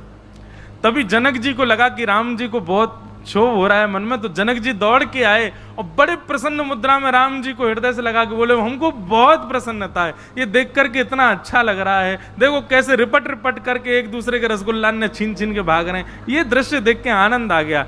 तो राम जी को जैसे हृदय से लगाया, तो दूर खड़े जामवंत जी बोले मुझसे अपराध हो गया। राम जी दौड़ करके गए, जामवंत जी को हृदय से लगा, बोले अब चिंतित मत हो। बोले भगवान वैसे हृदय से लगाओ ना जैसे आप जनक जी को लगा रहे थे। मानो जामवंत जी के मन में भाव आ रहा था कि जैसे आप अपने ससुर जी को हृदय लगा रहे हो, वैसे मुझे लगाओ ना। भगवान बोले जनक जी की तरह हृदय से लगाने के लिए तो जनक जी जैसा कार्य करना पड़ेगा, कन्यादान हमको। और वो अब नहीं होगा, वो होगा द्वापर में। आपके कुल की कन्या को हम स्वीकार करेंगे। और आज वही दिन आया जब जामवंत जी ने ठाकुर जी को याद दिलाया, तो जामवती का हाथ भगवान के हाथ में देकर पानी ग्रहण किया, विवाह हुआ। और आज श्री जामवंत जी को ठाकुर जी ने अपने हृदय से लगाया। इतना रोए जामवंत जी, ऐसा सुख उनको अनुभव हुआ। ऐसी ठाकुर जी की लीला। तो जामवती के लेकर के भगवान वापस आए। 2 विवाह भगवान के हो गए, रुक्मणी और जामवती। मणि लाकर के भगवान ने पूरी दुनिया को दिखा दी। और जामवती जी ने गवाही दे दी, बोले भगवान ने नहीं चुराई थी, ऐसे ऐसे पूरी घटना हुई थी। द्वारिका के लोग भगवान के आगे घुटने टेक करके बैठ गए, क्षमा मांगने लगे, भगवान हमको क्षमा कर दो, हमने बिना विचार किए आपके ऊपर प्रश्न उठाया। भगवान बोले संसार का नियम है, आप लोगों को क्षमा मांगने की आवश्यकता नहीं। समंतक उपाख्यान बहुत बड़ा है, आगे भी बहुत चला। फिर जिसकी वो मणि थी सत्राजित यादव, उस पर सब लोग चिल्लाने लगे, तेने भगवान पर कैसे आरोप लगाया? तो उसने आरोपों से बचने के लिए अपनी पुत्री सत्यभामा का ब्याह भगवान से कर दिया। और भगवान का तीसरा ब्याह सत्यभामा के साथ में हुआ। कितने ब्याह हो गए? 3। सत्यभामा के साथ भगवान का ब्याह हुआ। चौथा ब्याह हुआ भगवान का श्याम सुंदर श्री यमुने महारानी की कालिंदी के साथ में, यमुना जी के साथ में भगवान का ब्याह हुआ। बंधुओं, यमुना जी कौन है? अनेक भाव बताए जाते हैं, परंतु श्री यमुना जी जब श्री किशोरी जी और ठाकुर जी दोनों कुंज में क्रीड़ा करते हैं, और क्रीड़ा करते करते, विलास करते करते, रास करते करते जब दोनों के प्रश्वेत के बिंदु श्रम जल प्रकट होता है, वही श्रम जल श्री यमुना जी हैं। किशोरी जी और ठाकुर जी के अंग का श्रम जल ही श्री यमुना जी के रूप में प्रकट हुआ है। इसलिए यमुना जी एकमात्र ऐसी सहचरी हैं जो किशोरी जी के पक्ष की भी हैं और ठाकुर जी के पक्ष की भी हैं।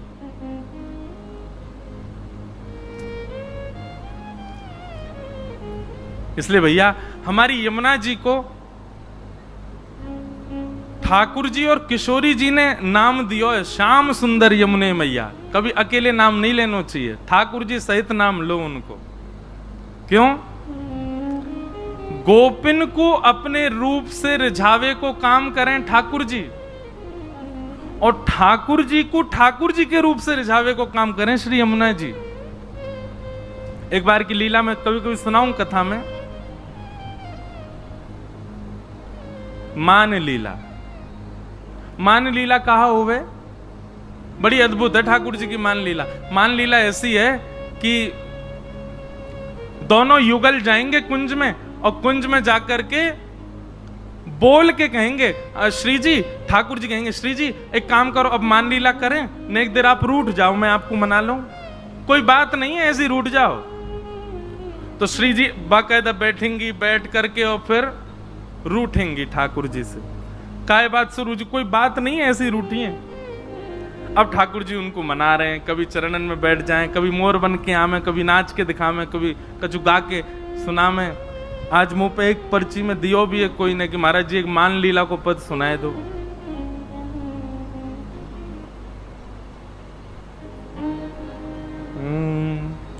तेरो मुखनी को की मेरो श्यामा प्यारी, तेरो मुखनी को की मेरो श्यामा प्यारी, तेरो मुखनी को की मेरो राधे प्यारी, तेरो मुखनी को की मेरो राधे प्यारी।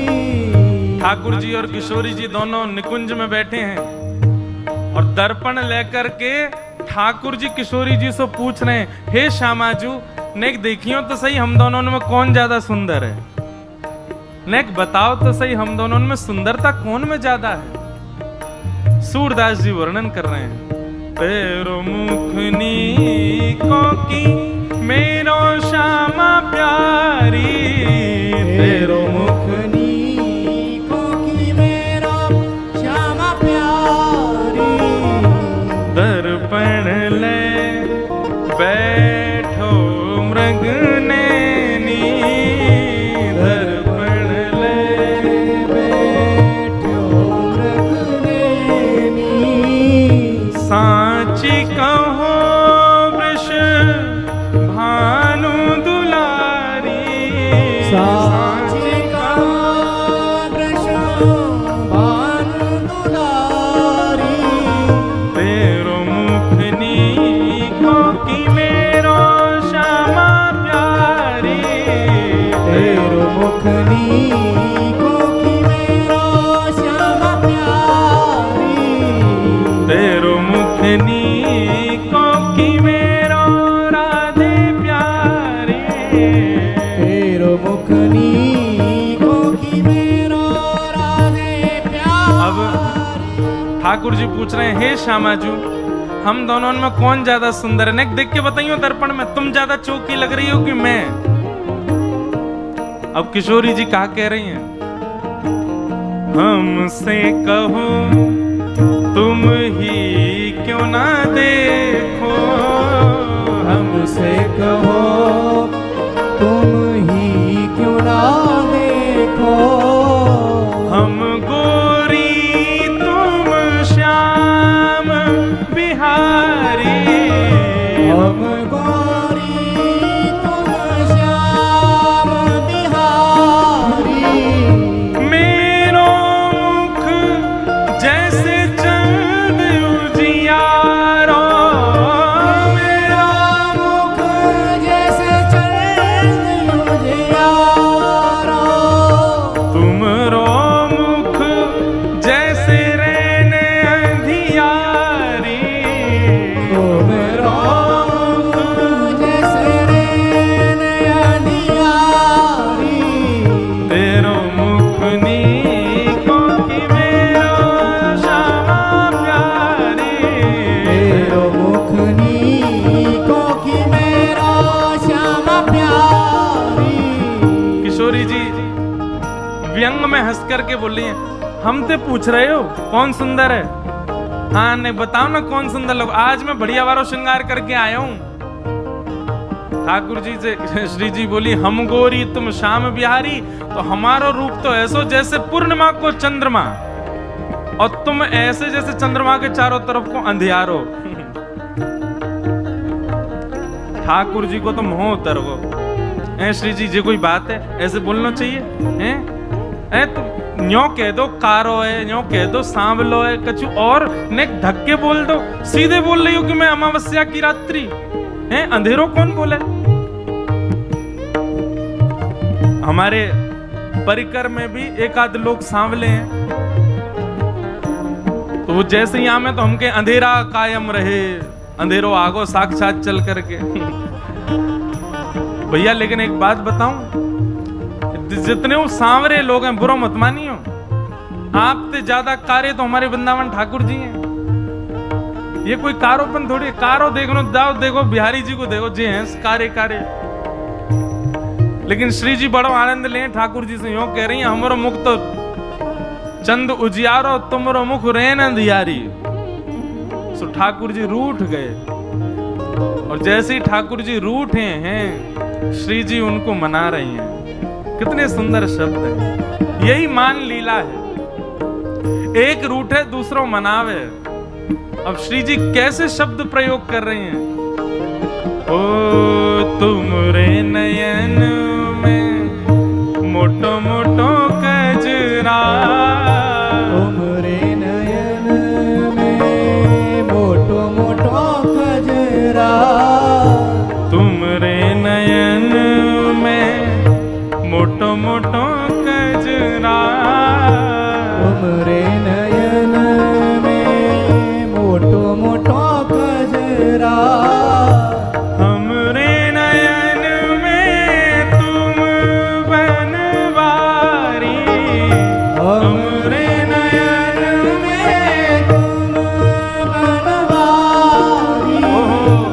नंद नंदन यशोदा मैया ने कैसो मोटो मोटो काजर लगा के तैयार कियो लाला। ठाकुर जी बोले अब तुम हमसे सीधे अंधियारों कह रही हो, काजर की उपमा काहे को दे रही हो? बोले मैं यामारे दे रही हूँ लाला, तुम तो फिर भी काजर लगा के आओ, पर मैं तो काजल ना लगाऊं। ठाकुर जी बोले क्यों, आप काजल क्यों ना लगाओ? बोले क्योंकि मेरे नेत्रन में तो आप बस रहे हो, तुमको काजल की कहाँ आवश्यकता। हमरे नयन में तुम बनवारी, हमरे नयन में तुम बनवारी, तुम तो नख पे गिरिवर धारो,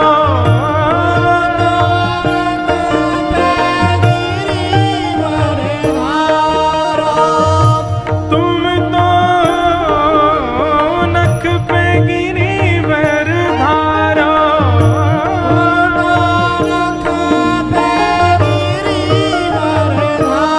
और हम उर्धार रहे गिरधारी, हम उर्धार रहे गिरधारी, तेरो मुखनी को कि मेरो श्यामा प्यारी, तेरो मुखनी को कि मेरो श्यामा प्यारी, तेरो मुखनी को कि मेरो श्यामा प्यारी, तेरो मुखनी को कि मेरो श्यामा प्यारी। हे सूरदास या छवि की शोभा, दास या छवि की शोभा, इन नैनन सो तरत न टारी, इन नैनन सो टरत न टारी, तेरो मुखनी को कि मेरो श्यामा प्यारी, तेरो मुखनी को कि मेरो श्यामा प्यारी, हे मेरो श्यामा प्यारी, मेरो श्यामा प्यारी, मेरो राधा प्यारी, मेरो राधा प्यारी। ठाकुर जी गा रहे हैं और किशोरी जी सो कह रहे हैं कि हे लाडली जो तेरो मुख नीको कि मेरो। किशोरी जी बोली हमारा मुख तो चंद्रमा, तुम्हारो मुख ऐसे कोई रेन अंधियारी। और फिर भागवत मना कैसे रही है, तेरो नयन में मोटो मोटो कजरा, हमरे नयन में तुम बनवारी, तुम तो नख पे गिरिवर धार्यो, हम उर्धार रहे गिरधारी तेरो। इतने में ही ठाकुर जी तो हंस गए, सबरो मान मान भूल गए, किशोरी जी को अंक में भर लियो। पर एक बार मान लीला में का भयो, किशोरी जी ठाकुर जी से बोली आज आप मान लीला करो और सुनो, नेका देर में मानियो मत, खूब मनान दियो मुझको तब मानियो। ठाकुर जी बोले अब आपको श्रम हो गई, हम पे देखो ना जावे, आप ही मान करो हम मनाएंगे।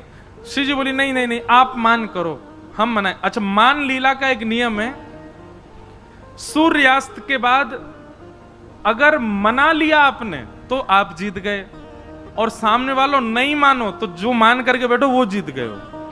समझ रहे हैं?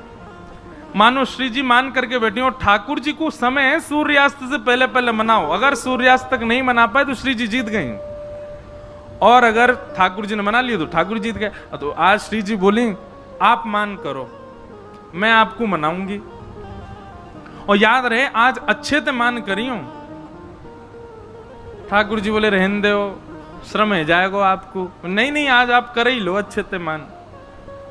ठाकुर जी देख लो फिर, रोइयो मत। बोले बिल्कुल ना रोऊंगी। ठाकुर जी इतने में गए जाकर के कुंज में और रूठ करके बैठ गए श्री जी से। अब श्री जी उनको मना रही हैं, कभी खीर बना के लेके जामे, ठाकुर जी ना पामे, कभी नृत्य करके दिखा में, ठाकुर जी ना माने, कभी कोई चुटकुल्ला सुना में ठाकुर जी को, ठाकुर जी हंसे ही ना। श्री जी ने हर प्रकार को प्रयास कर लियो कि ठाकुर जी मान जाएं, पर ठाकुर जी नहीं मान। सबरे अपना लिए तरीका, श्री जी तरीका अपना रही है, ये कोई सामान्य बात मत समझियो महाराज।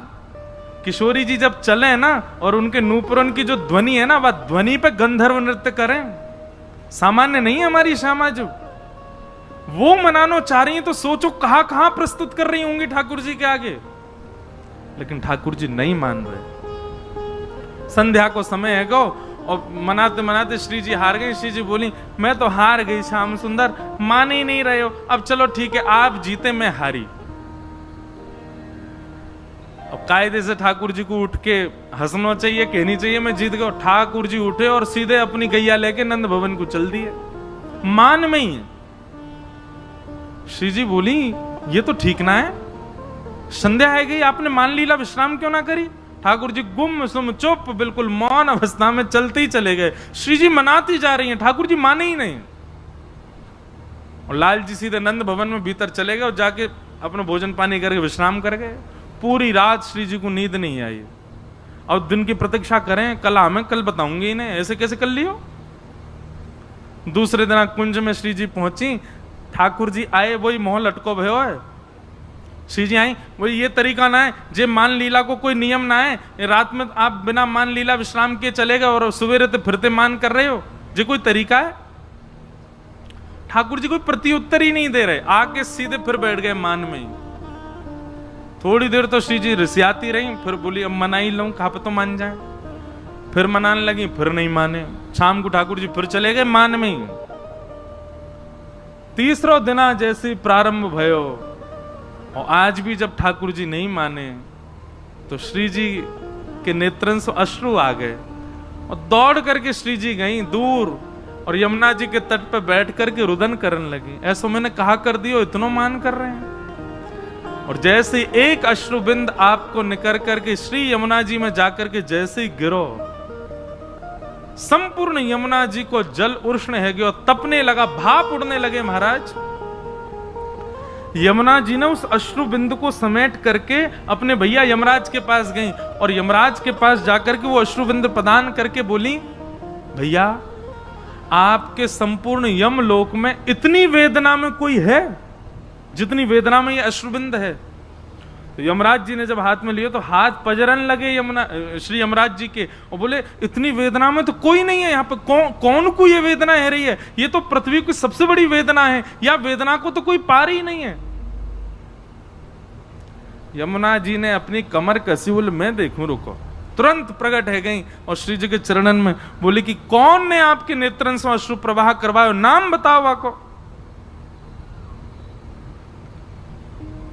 ललिता विशाखा आ गई, यमुना जी से बोली, हे श्याम सुंदर यमुना जी। अच्छा, अभी यमुना जी का नाम श्याम सुंदर नहीं पड़ा, केवल यमुना जी हैं। कालिंदी, हे कालिंदी जी, श्री जी के नेत्रन से अश्रु कौन निकलवा सके? कौन इतनी वेदना दे सके? बताओ आप, कोई में है सामर्थ्य? एक ही है, नंद जी को लाला, वही परेशान करे इनको, वही ने आज इनको श्रम दियो है।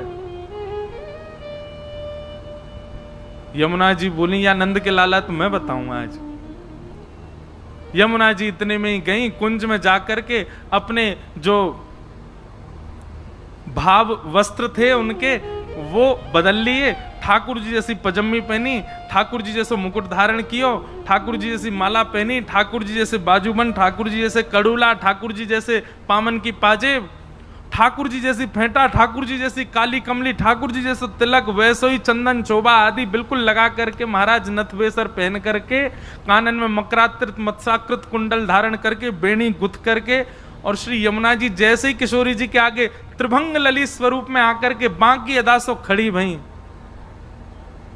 यमुना जी बोली, श्याम सुंदर आप रीझ गए, आप मान गए। यमुना जी बोली, श्याम सुंदर ना हूं मैं, यमुना जी हूं, कालिंदी हूं। किशोरी जी बोली आप तो बिल्कुल लग ही नहीं रही हो, ऐसी लग रही हो ठाकुर जी आ गए। बोले हम बे जे अपने रूप को बड़ो गुमान करे, अपने रूप ते सबन को बड़ो श्रम करावे, आज या के रूप ते यही को श्रम कराऊंगी मैं। श्री जी बस आप जब बुलाऊं तो आ जाइयो। बहुत मधुर कथा। ठीक है, अब ठाकुर जी तो मान करे बैठे कुंज में, इतने में ही वही टेढ़ी मेढ़ी ललित गति चाल, टेढ़ी मेढ़ी चाल बेणी कभी घुमा रहे हैं कभी कभी, जैसे ठाकुर जी चले वैसे यमुना जी चलती भई आई। और नूपुरन की छम छम छम ठाकुर जी ने जैसे सुनी, ठाकुर जी बोले जे तो मेरे नूपुरन की आवाज है, आ कहां रही है। पीछे मुड़ करके जैसे ही देखी तो महाराज दूसरे श्याम सुंदर घूम रहे हैं। किशोरी जी बोली अरे ये तो श्याम सुंदर है। श्याम सुंदर ने जैसे देखा बोले दूसरे श्याम सुंदर ये कहां थे आगो। ठाकुर जी गए सामने जाके खड़े है गए, तुम कौन। यमुना जी बोली हम नंद नंदन। ठाकुर जी बोले नंद नंदन तो मैं हूं, तुम नकली हो असली मैं हूं। ठाकुर जी बोले अच्छा मुंह पे कारी कमरी है। यमुना जी बोले मुंह पे हुए। ठाकुर जी बोले मुंह पे बंसी बजानो आवे। यमुना जी बोली मुंह पे हुआ आवे, बजा के दिखा दे। सब बात जो जो ठाकुर जी ने कही यमुना जी ने सब सिद्ध कर दें। अब यमुना जी अंत में बोली एक बात बची, वही से सिद्ध होगो कि असली नंदनंदन कौन है। बोले कहा, बोले वंशी बजाऊं और किशोरी जी आके बगल में खड़ी है जाए, जाके समझो वही असली नंदनंदन है। अब ठाकुर जी सोचे मैं तो मान करके बैठा हूं, मेरे बुलावे तो आमेंगी नहीं वो। यमुना जी ने जैसी टेर बजाई, इतने में श्री जी निकल करके आई और कुंज से आकर के यमुना जी के कंधा पे ऐसे सर रख करके वो खड़ी है गई। ठाकुर जी के तो आंसू निकल आए, श्री जी मैं हूं असली नंदनंदन, जे कोई दूसरो है। अरे तुम जाके बगल में मत आओ, यहां आ जाओ। श्री जी यमुना जी से बोली पता ना कौन भैलूपिया डुल्ला, हटाओ यहां थे। ठाकुर जी के दूर हट जा, चल हम हैं असली। ठाकुर जी तो जैसे ही भाव में आ गए, श्री जी के चरण पकड़ लिए। आज के बाद कभी मान नहीं करूंगा, वचन दे रहा हूं, कोई बात आपको बुरी लगे आप मान करियो, मैं मनाऊंगा। और मो कोई बात बुरी लगेगी तो भी मैं आके बता दूंगा, श्री जी मुझको ये बात बुरी लगी है, मान करो, मैं ही मनाऊंगा। ठाकुर जी श्री जी को कोई बात बुरी लगे तो भी श्री जी मान करें, ठाकुर जी को कोई बात बुरी लगे तो भी श्री जी मान करें। ठाकुर जी के मान अधिकार है ही नहीं। जब ठाकुर जी ने क्षमा मांग ली, सो यमुना जी गई, ठाकुर जी को उठा के हृदय से लगाया और बोले अरे नंदनंदन आप ही हो, बस आज के बाद हमारी श्यामा जी को श्रम मत दियो। और बगल में ले जाके खड़ो कर दियो। आज ये युगल को मिलन करावे के लिए ठाकुर जी ने यमुना जी को हाथ पकड़ के कही आज हम आपसे एक वस्तु चाहे। बोले कहा आज के बाद आप यही श्रृंगार में रहोगी, मुकुट पहन करके पीताम्बरी पहन करके आप मेरे ही श्रृंगार में रहो। और आज के बाद कोई भी यमुना महारानी की जय नहीं, श्याम सुंदर श्री यमुने महारानी की। श्याम सुंदरा हैं, बिल्कुल ठाकुर जी जैसी हैं। देखो ये खड़ी, वैसे ही कमल लेकर के, वैसे ही मुकुट, वैसे ही माला, वैसे ही सबरो स्वरूप। श्री यमुना जी वैसे ही रहे में जैसे ठाकुर जी। बड़ी कथाएं, मान लीला में इतनी कथाएं यमुना जी की। यमुना जी को प्रणाम। भगवान को ब्याह हुआ, ऐसे भगवान के 8 ब्याह है और यही भगवान की अष्ट पटरानियां हैं।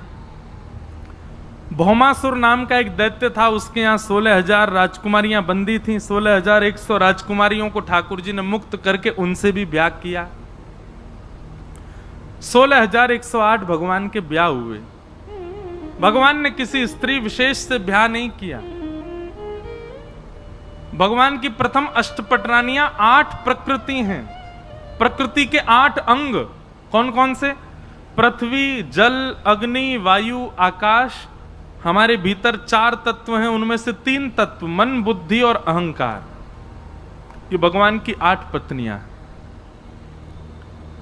इन 8 पत्नियों में कोई जल तत्व है, कोई अग्नि तत्व है, कोई पृथ्वी तत्व है, कोई वायु तत्व है, कोई मन तत्व है, कोई आत्मा तत्व है।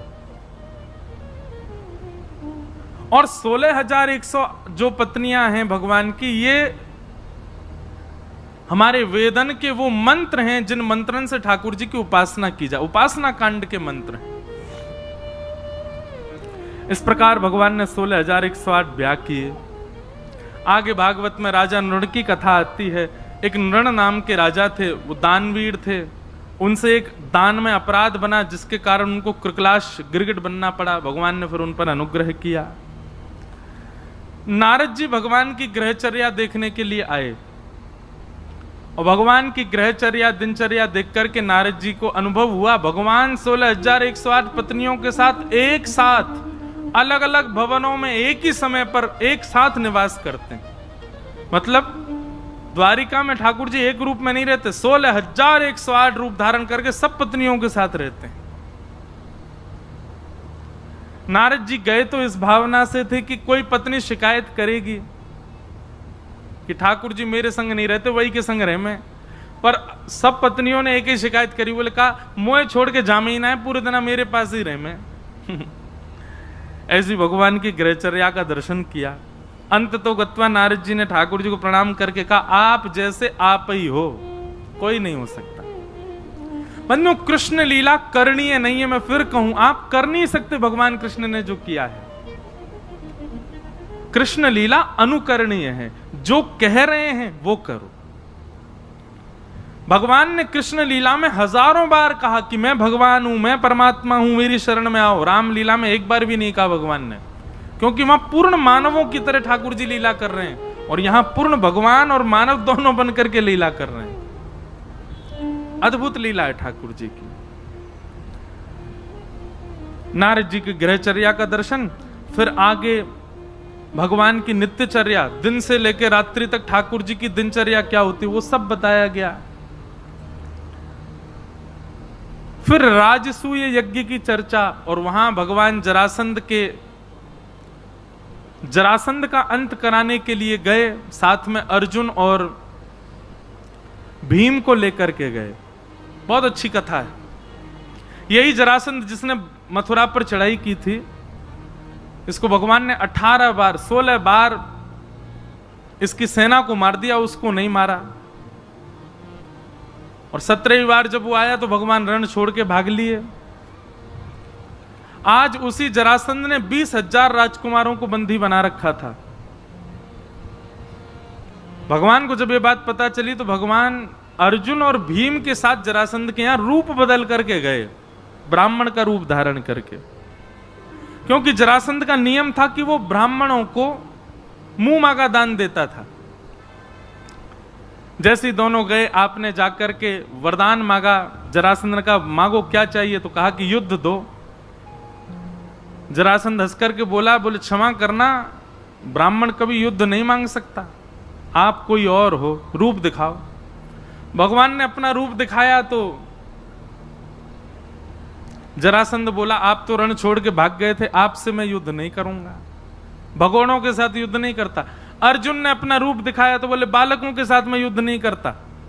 भीम ने जब अपना रूप दिखाया, जरासंध बोला हाँ जे मेरे टक्कर का आओ।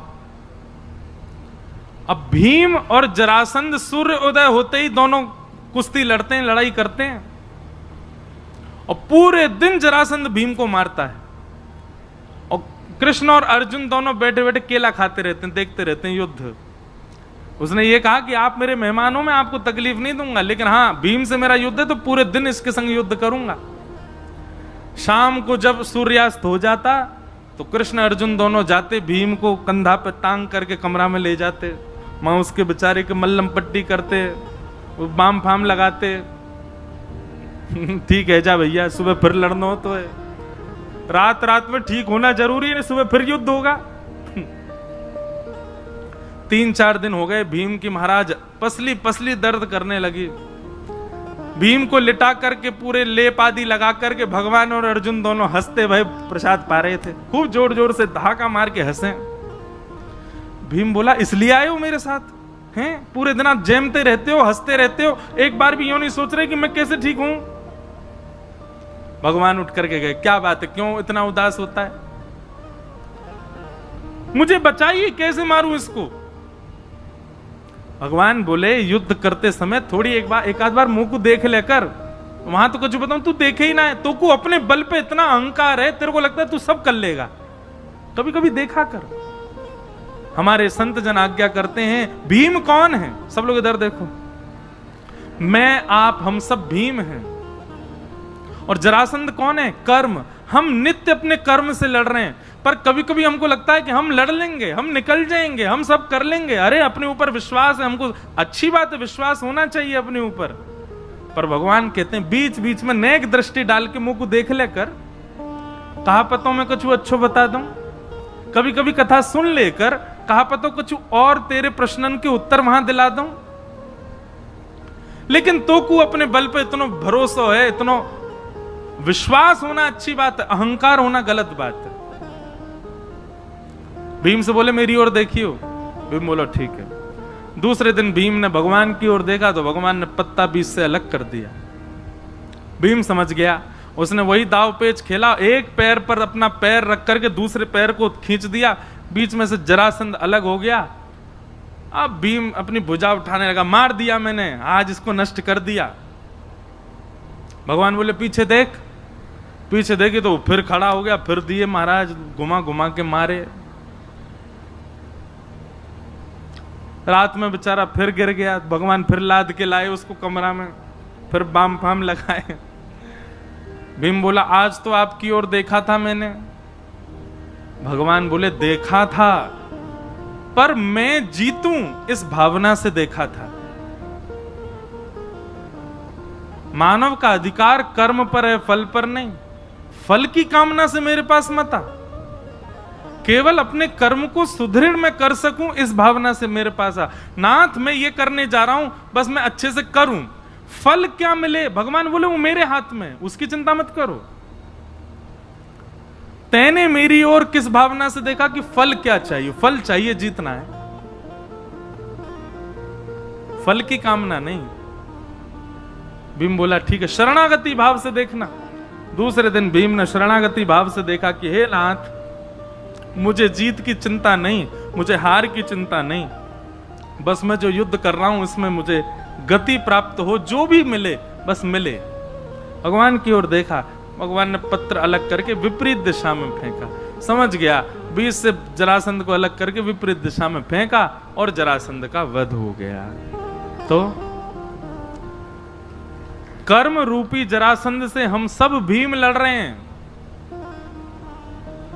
पर अहंकार वश होकर के लड़ रहे हैं। ठाकुर जी की ओर कभी कभी दृष्टि डाला करो, कथा में कभी कभी आके बैठा करो, क्या पता कोई ऐसा सूत्र मिल जाए जिससे आप अपने जीवन के जरासंध को नष्ट कर सको। भगवान ने जरासंध का वध कराया, 20,000 राजकुमारों को वहां से मुक्त करके सीधे हस्तिनापुर गए और वहां पर राजसूय यज्ञ में जाकर के पांडवों का यज्ञ पूर्ण कराया। अब आगे कथा आती है, सूर्य ग्रहण पड़ा, भगवान कुरुक्षेत्र गए, वहां ब्रजवासियों से मिले। सूर्य ग्रहण के समय ब्रजवासी भी गए थे और वहां से द्वारिकावासी भी आए थे। तब भगवान का ब्रजवासियों से कम से कम 110-115 वर्ष बाद मिलन हुआ ब्रजवासियों के साथ। बड़ी करुण और बड़ी मधुर कथा है, उसमें ज्यादा प्रवेश नहीं करेंगे। अब यहां से कथा प्रारंभ होती है। भगवान के एक सखा हैं जिनका नाम है सुदामा।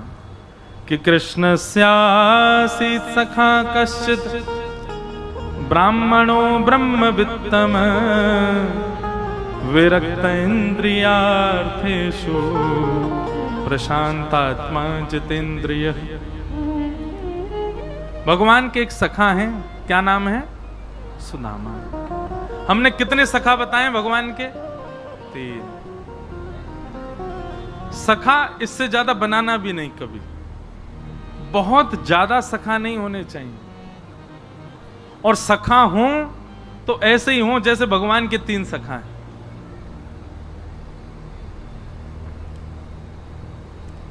अर्जुन, उद्धव और सुदामा। भागवत जी में बंधुओं सुदामा जी का नाम नहीं है, केवल ब्राह्मण कहकर के संबोधित किया। भगवान का एक सखा ब्राह्मण था, एक ब्राह्मण सखा था। क्योंकि वे नित्य भगवान के नाम को ही अपना दाम मानते थे, अपना सर्वस्व मानते थे, इसलिए विद्वत जनों ने उनका नाम सुदामा बताया। यथा नाम तथा गुण, मैंने कहा ना प्राचीन काल में लोगों के नाम ऐसे नहीं रखे जाते थे, उनके गुण के अनुसार नाम होते थे, इसलिए उनका नाम सुदामा। एक ही गुरुकुल में पढ़े, भगवान श्री कृष्ण के साथ में 24 घंटा संग रहे। सखा और मित्र दो होते हैं, स खादति स खेलति या सा सखा, और यदा कदा मिलती या सा मित्र। कभी कभी मिले, काम पड़ने पर मिले, जरूरत पड़ने पर मिले, वो मित्र है। और जो संग में ही रहे, संग ही खाए, संग ही सोए, एक ही वस्त्र दोनों पहन लेते हैं, उसको कहते हैं सखा। सुदामा जी सखा हैं भगवान के। ऐसे श्री सुदामा जी, पावन कथा सबने सुनी है सुदामा जी की, पर मैं कुछ कुछ भाव उनके जो विशिष्ट हैं वो कह दूं। नवदा भक्ति में एक भक्ति का नाम है सख्य भक्ति, और सख्य भक्ति पर अधिकार हमारा नहीं होता। हम बाकी की सारी भक्ति ठाकुर जी की कर सकते हैं, पर सख्य भक्ति हम तभी कर सकते हैं जब ठाकुर जी हमसे रीझे हुए हों। भाई सखा आप किसी को तभी बना सकते हो जब सामने वाला आपसे रीझा हुआ हो। बिना उसकी अनुमति के आप उसको सखा नहीं बना सकते।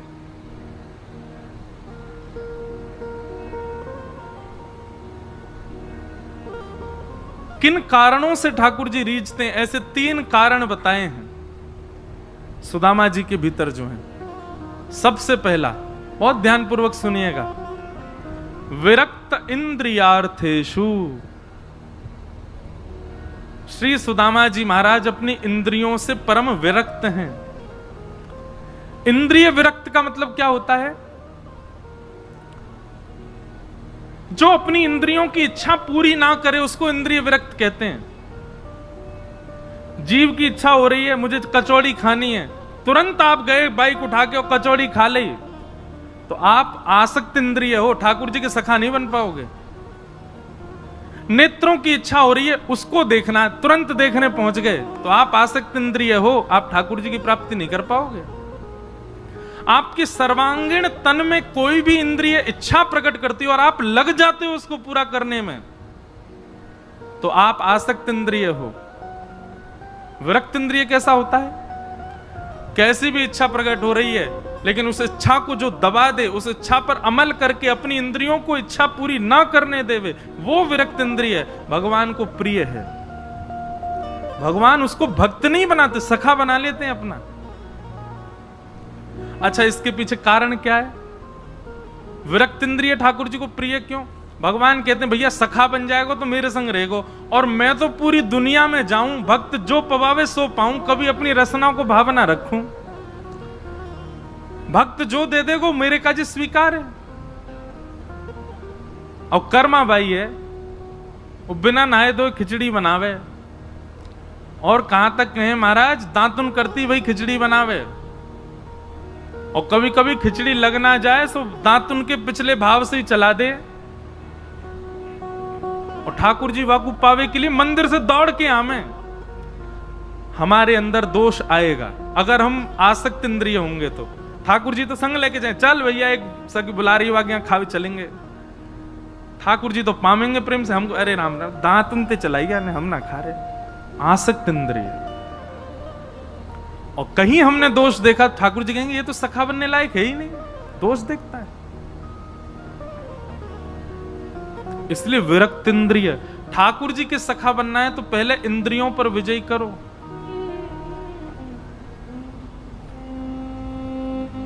सबरी ने बेर खिलाए ठाकुर जी को। सबरी बेर कैसे खिलाती?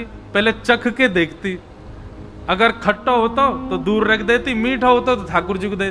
ठाकुर जी बिना संकोच, बिना विचार किए तुरंत पा लेते। बीच बीच में सबरी बेर देती, ठाकुर जी के मुख में बेर होता तो ठाकुर जी लेके, लो लक्ष्मण पाओ। लक्ष्मण जी देख के कहते झूठ और बेर है, मैं तो ना खा रहा हूं।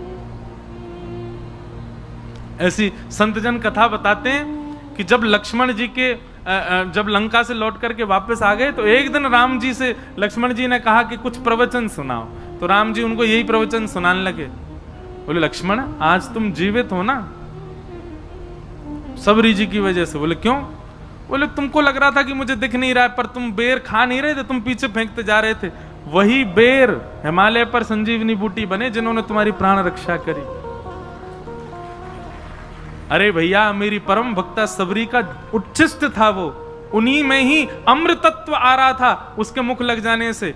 वो झूठे नहीं थे, उन्हीं अमृत तत्वों ने तुम्हारी रक्षा की।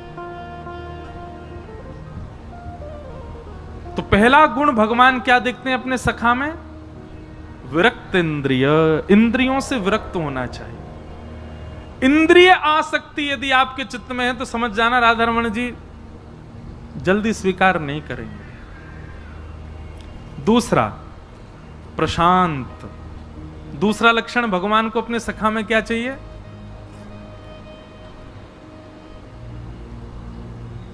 क्या चाहिए? प्रशांत। अभी स्थिति क्या है? हम बोलते रहते हैं ठाकुर जी प्रशांत रहते हैं, चुपचाप सुनते रहेंगे यूं ही बैठे बैठे।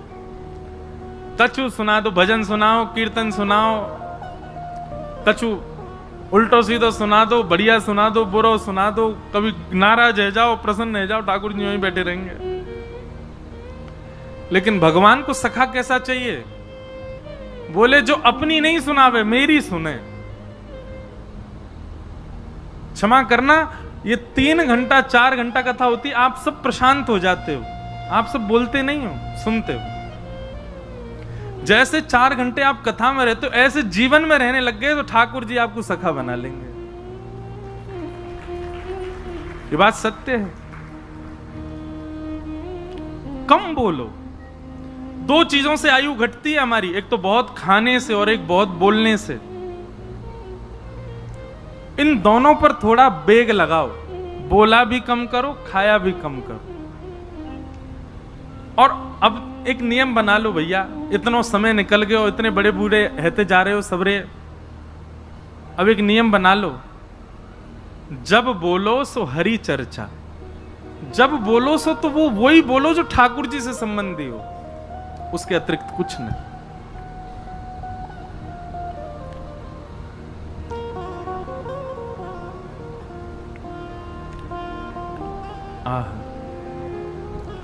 दूसरा गुण क्या है? प्रशांत, अत्यंत शांत। कम बोलने वाला व्यक्ति भगवान को अपना सखा लगता है। और तीसरा है जितेंद्रिय। अब यहां विरक्त इंद्रिय और जितेंद्रिय लगभग एक से लगते हैं, पर नहीं।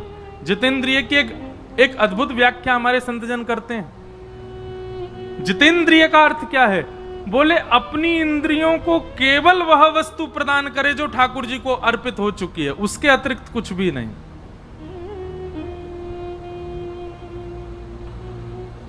केवल वह वस्तु प्रदान करे जो ठाकुर जी, मतलब नेत्रों से उसको निहारे जो हरि संबंधी है, कानों से उसकी चर्चा सुने जो हरि संबंधी है या हरि की चर्चा कर रहा है, जिह्वा पर केवल वो जाएगा जो ठाकुर जी को पधराया जा चुका है, वस्त्र भी वो पहनेंगे जिससे ऐसा लगे हम ठाकुर जी के ही हैं, अपना मुख आकृति, चाल ढाल, बोल चाल, सारा जीवन ऐसा बना ले कि देख करके, बैठ करके, सुन करके ऐसा लगे निश्चित ही भगवान का कोई इसके अंदर भगवत भक्ति भाव है।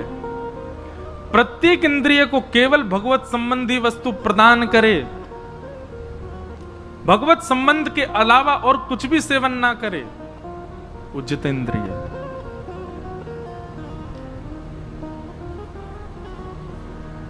ये 3 लक्षण हैं श्री सुदामा जी में, और यही 3 लक्षण यदि मानव अपने जीवन में उतार ले तो ठाकुर जी उसको सखा बना लेंगे अपना। लाइए इन 3 लक्षणों को लाइए।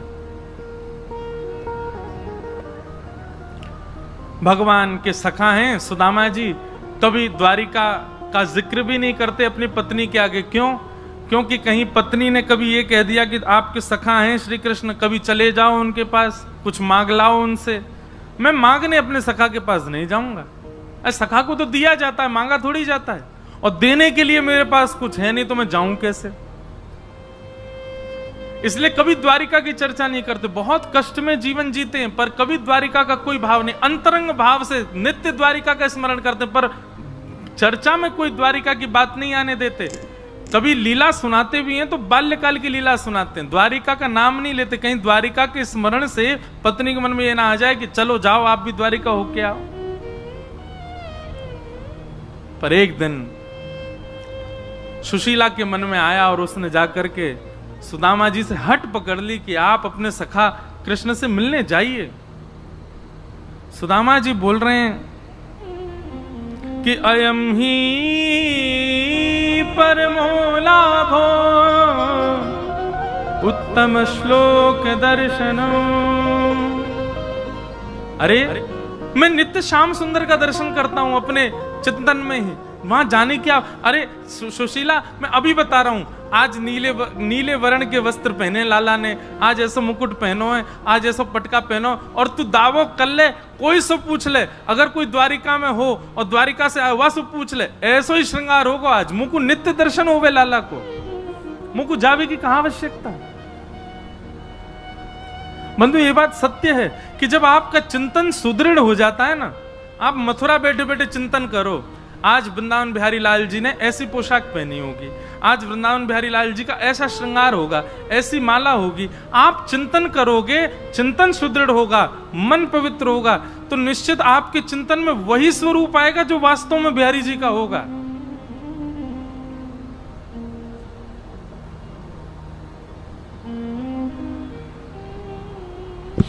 चिंतन में ये सामर्थ्य है।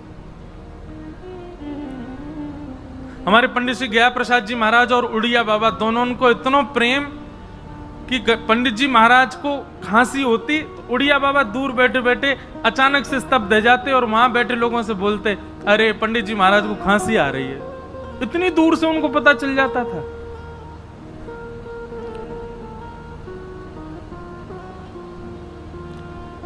हम जिसका निरंतर चिंतन करते रहते हैं ना, उसके हृदय के आव भाव हमको स्पर्श करने लगते हैं।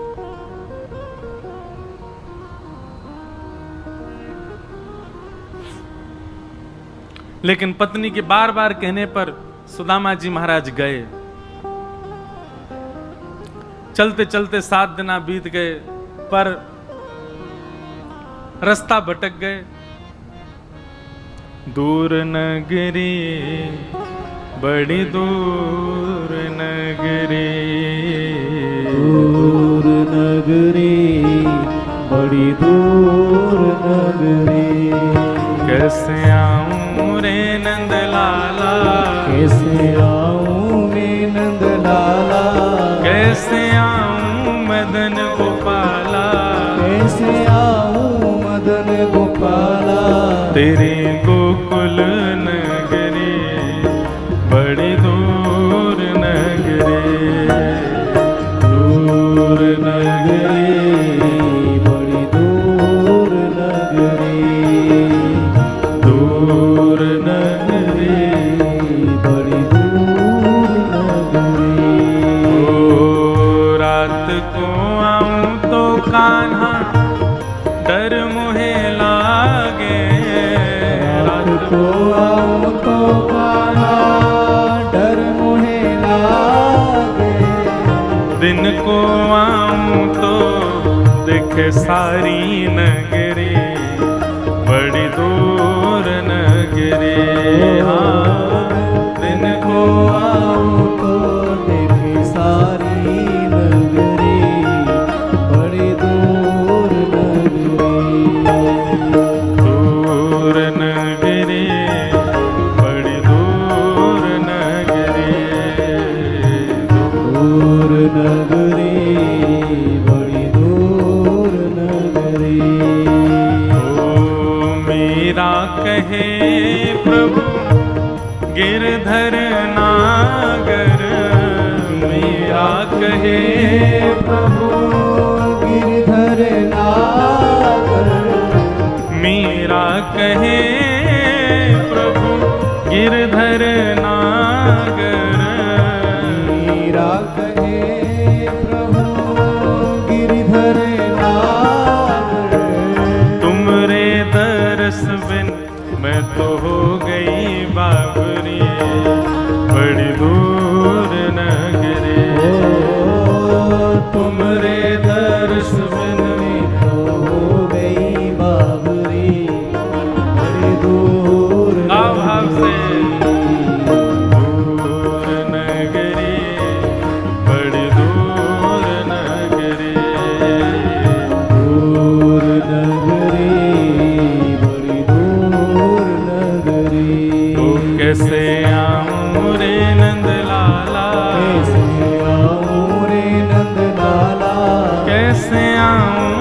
मदन गोपाला, कैसे आऊं मदन गोपाला, तेरी गोकुल नगरी बड़ी दूर नगरी,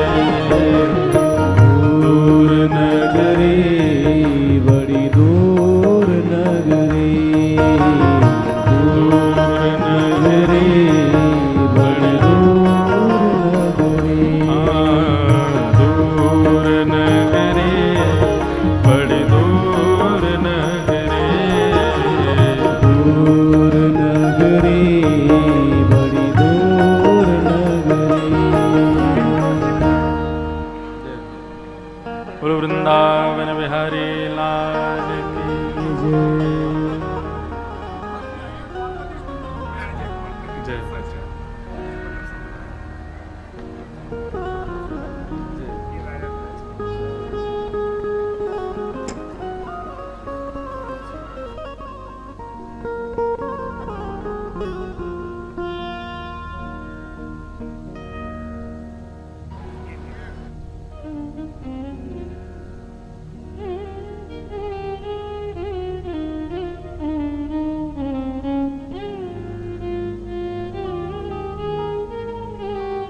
द्वारिकाधीश जी पधारे हैं कथा में।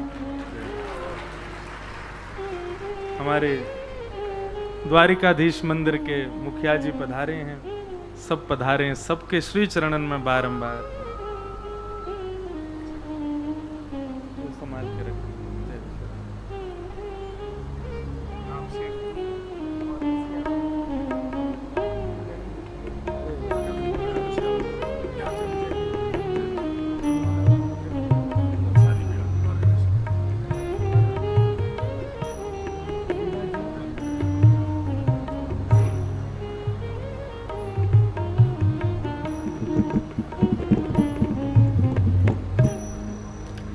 बोलो वृंदावन बिहारी लाल की जय, द्वारिकाधीश की जय। श्री द्वारिकाधीश हमारे विश्राम घाट पर विराजमान प्यारे ठाकुर जी के पूज्य मुखिया जी पधारे हैं, बारंबार आपको प्रणाम।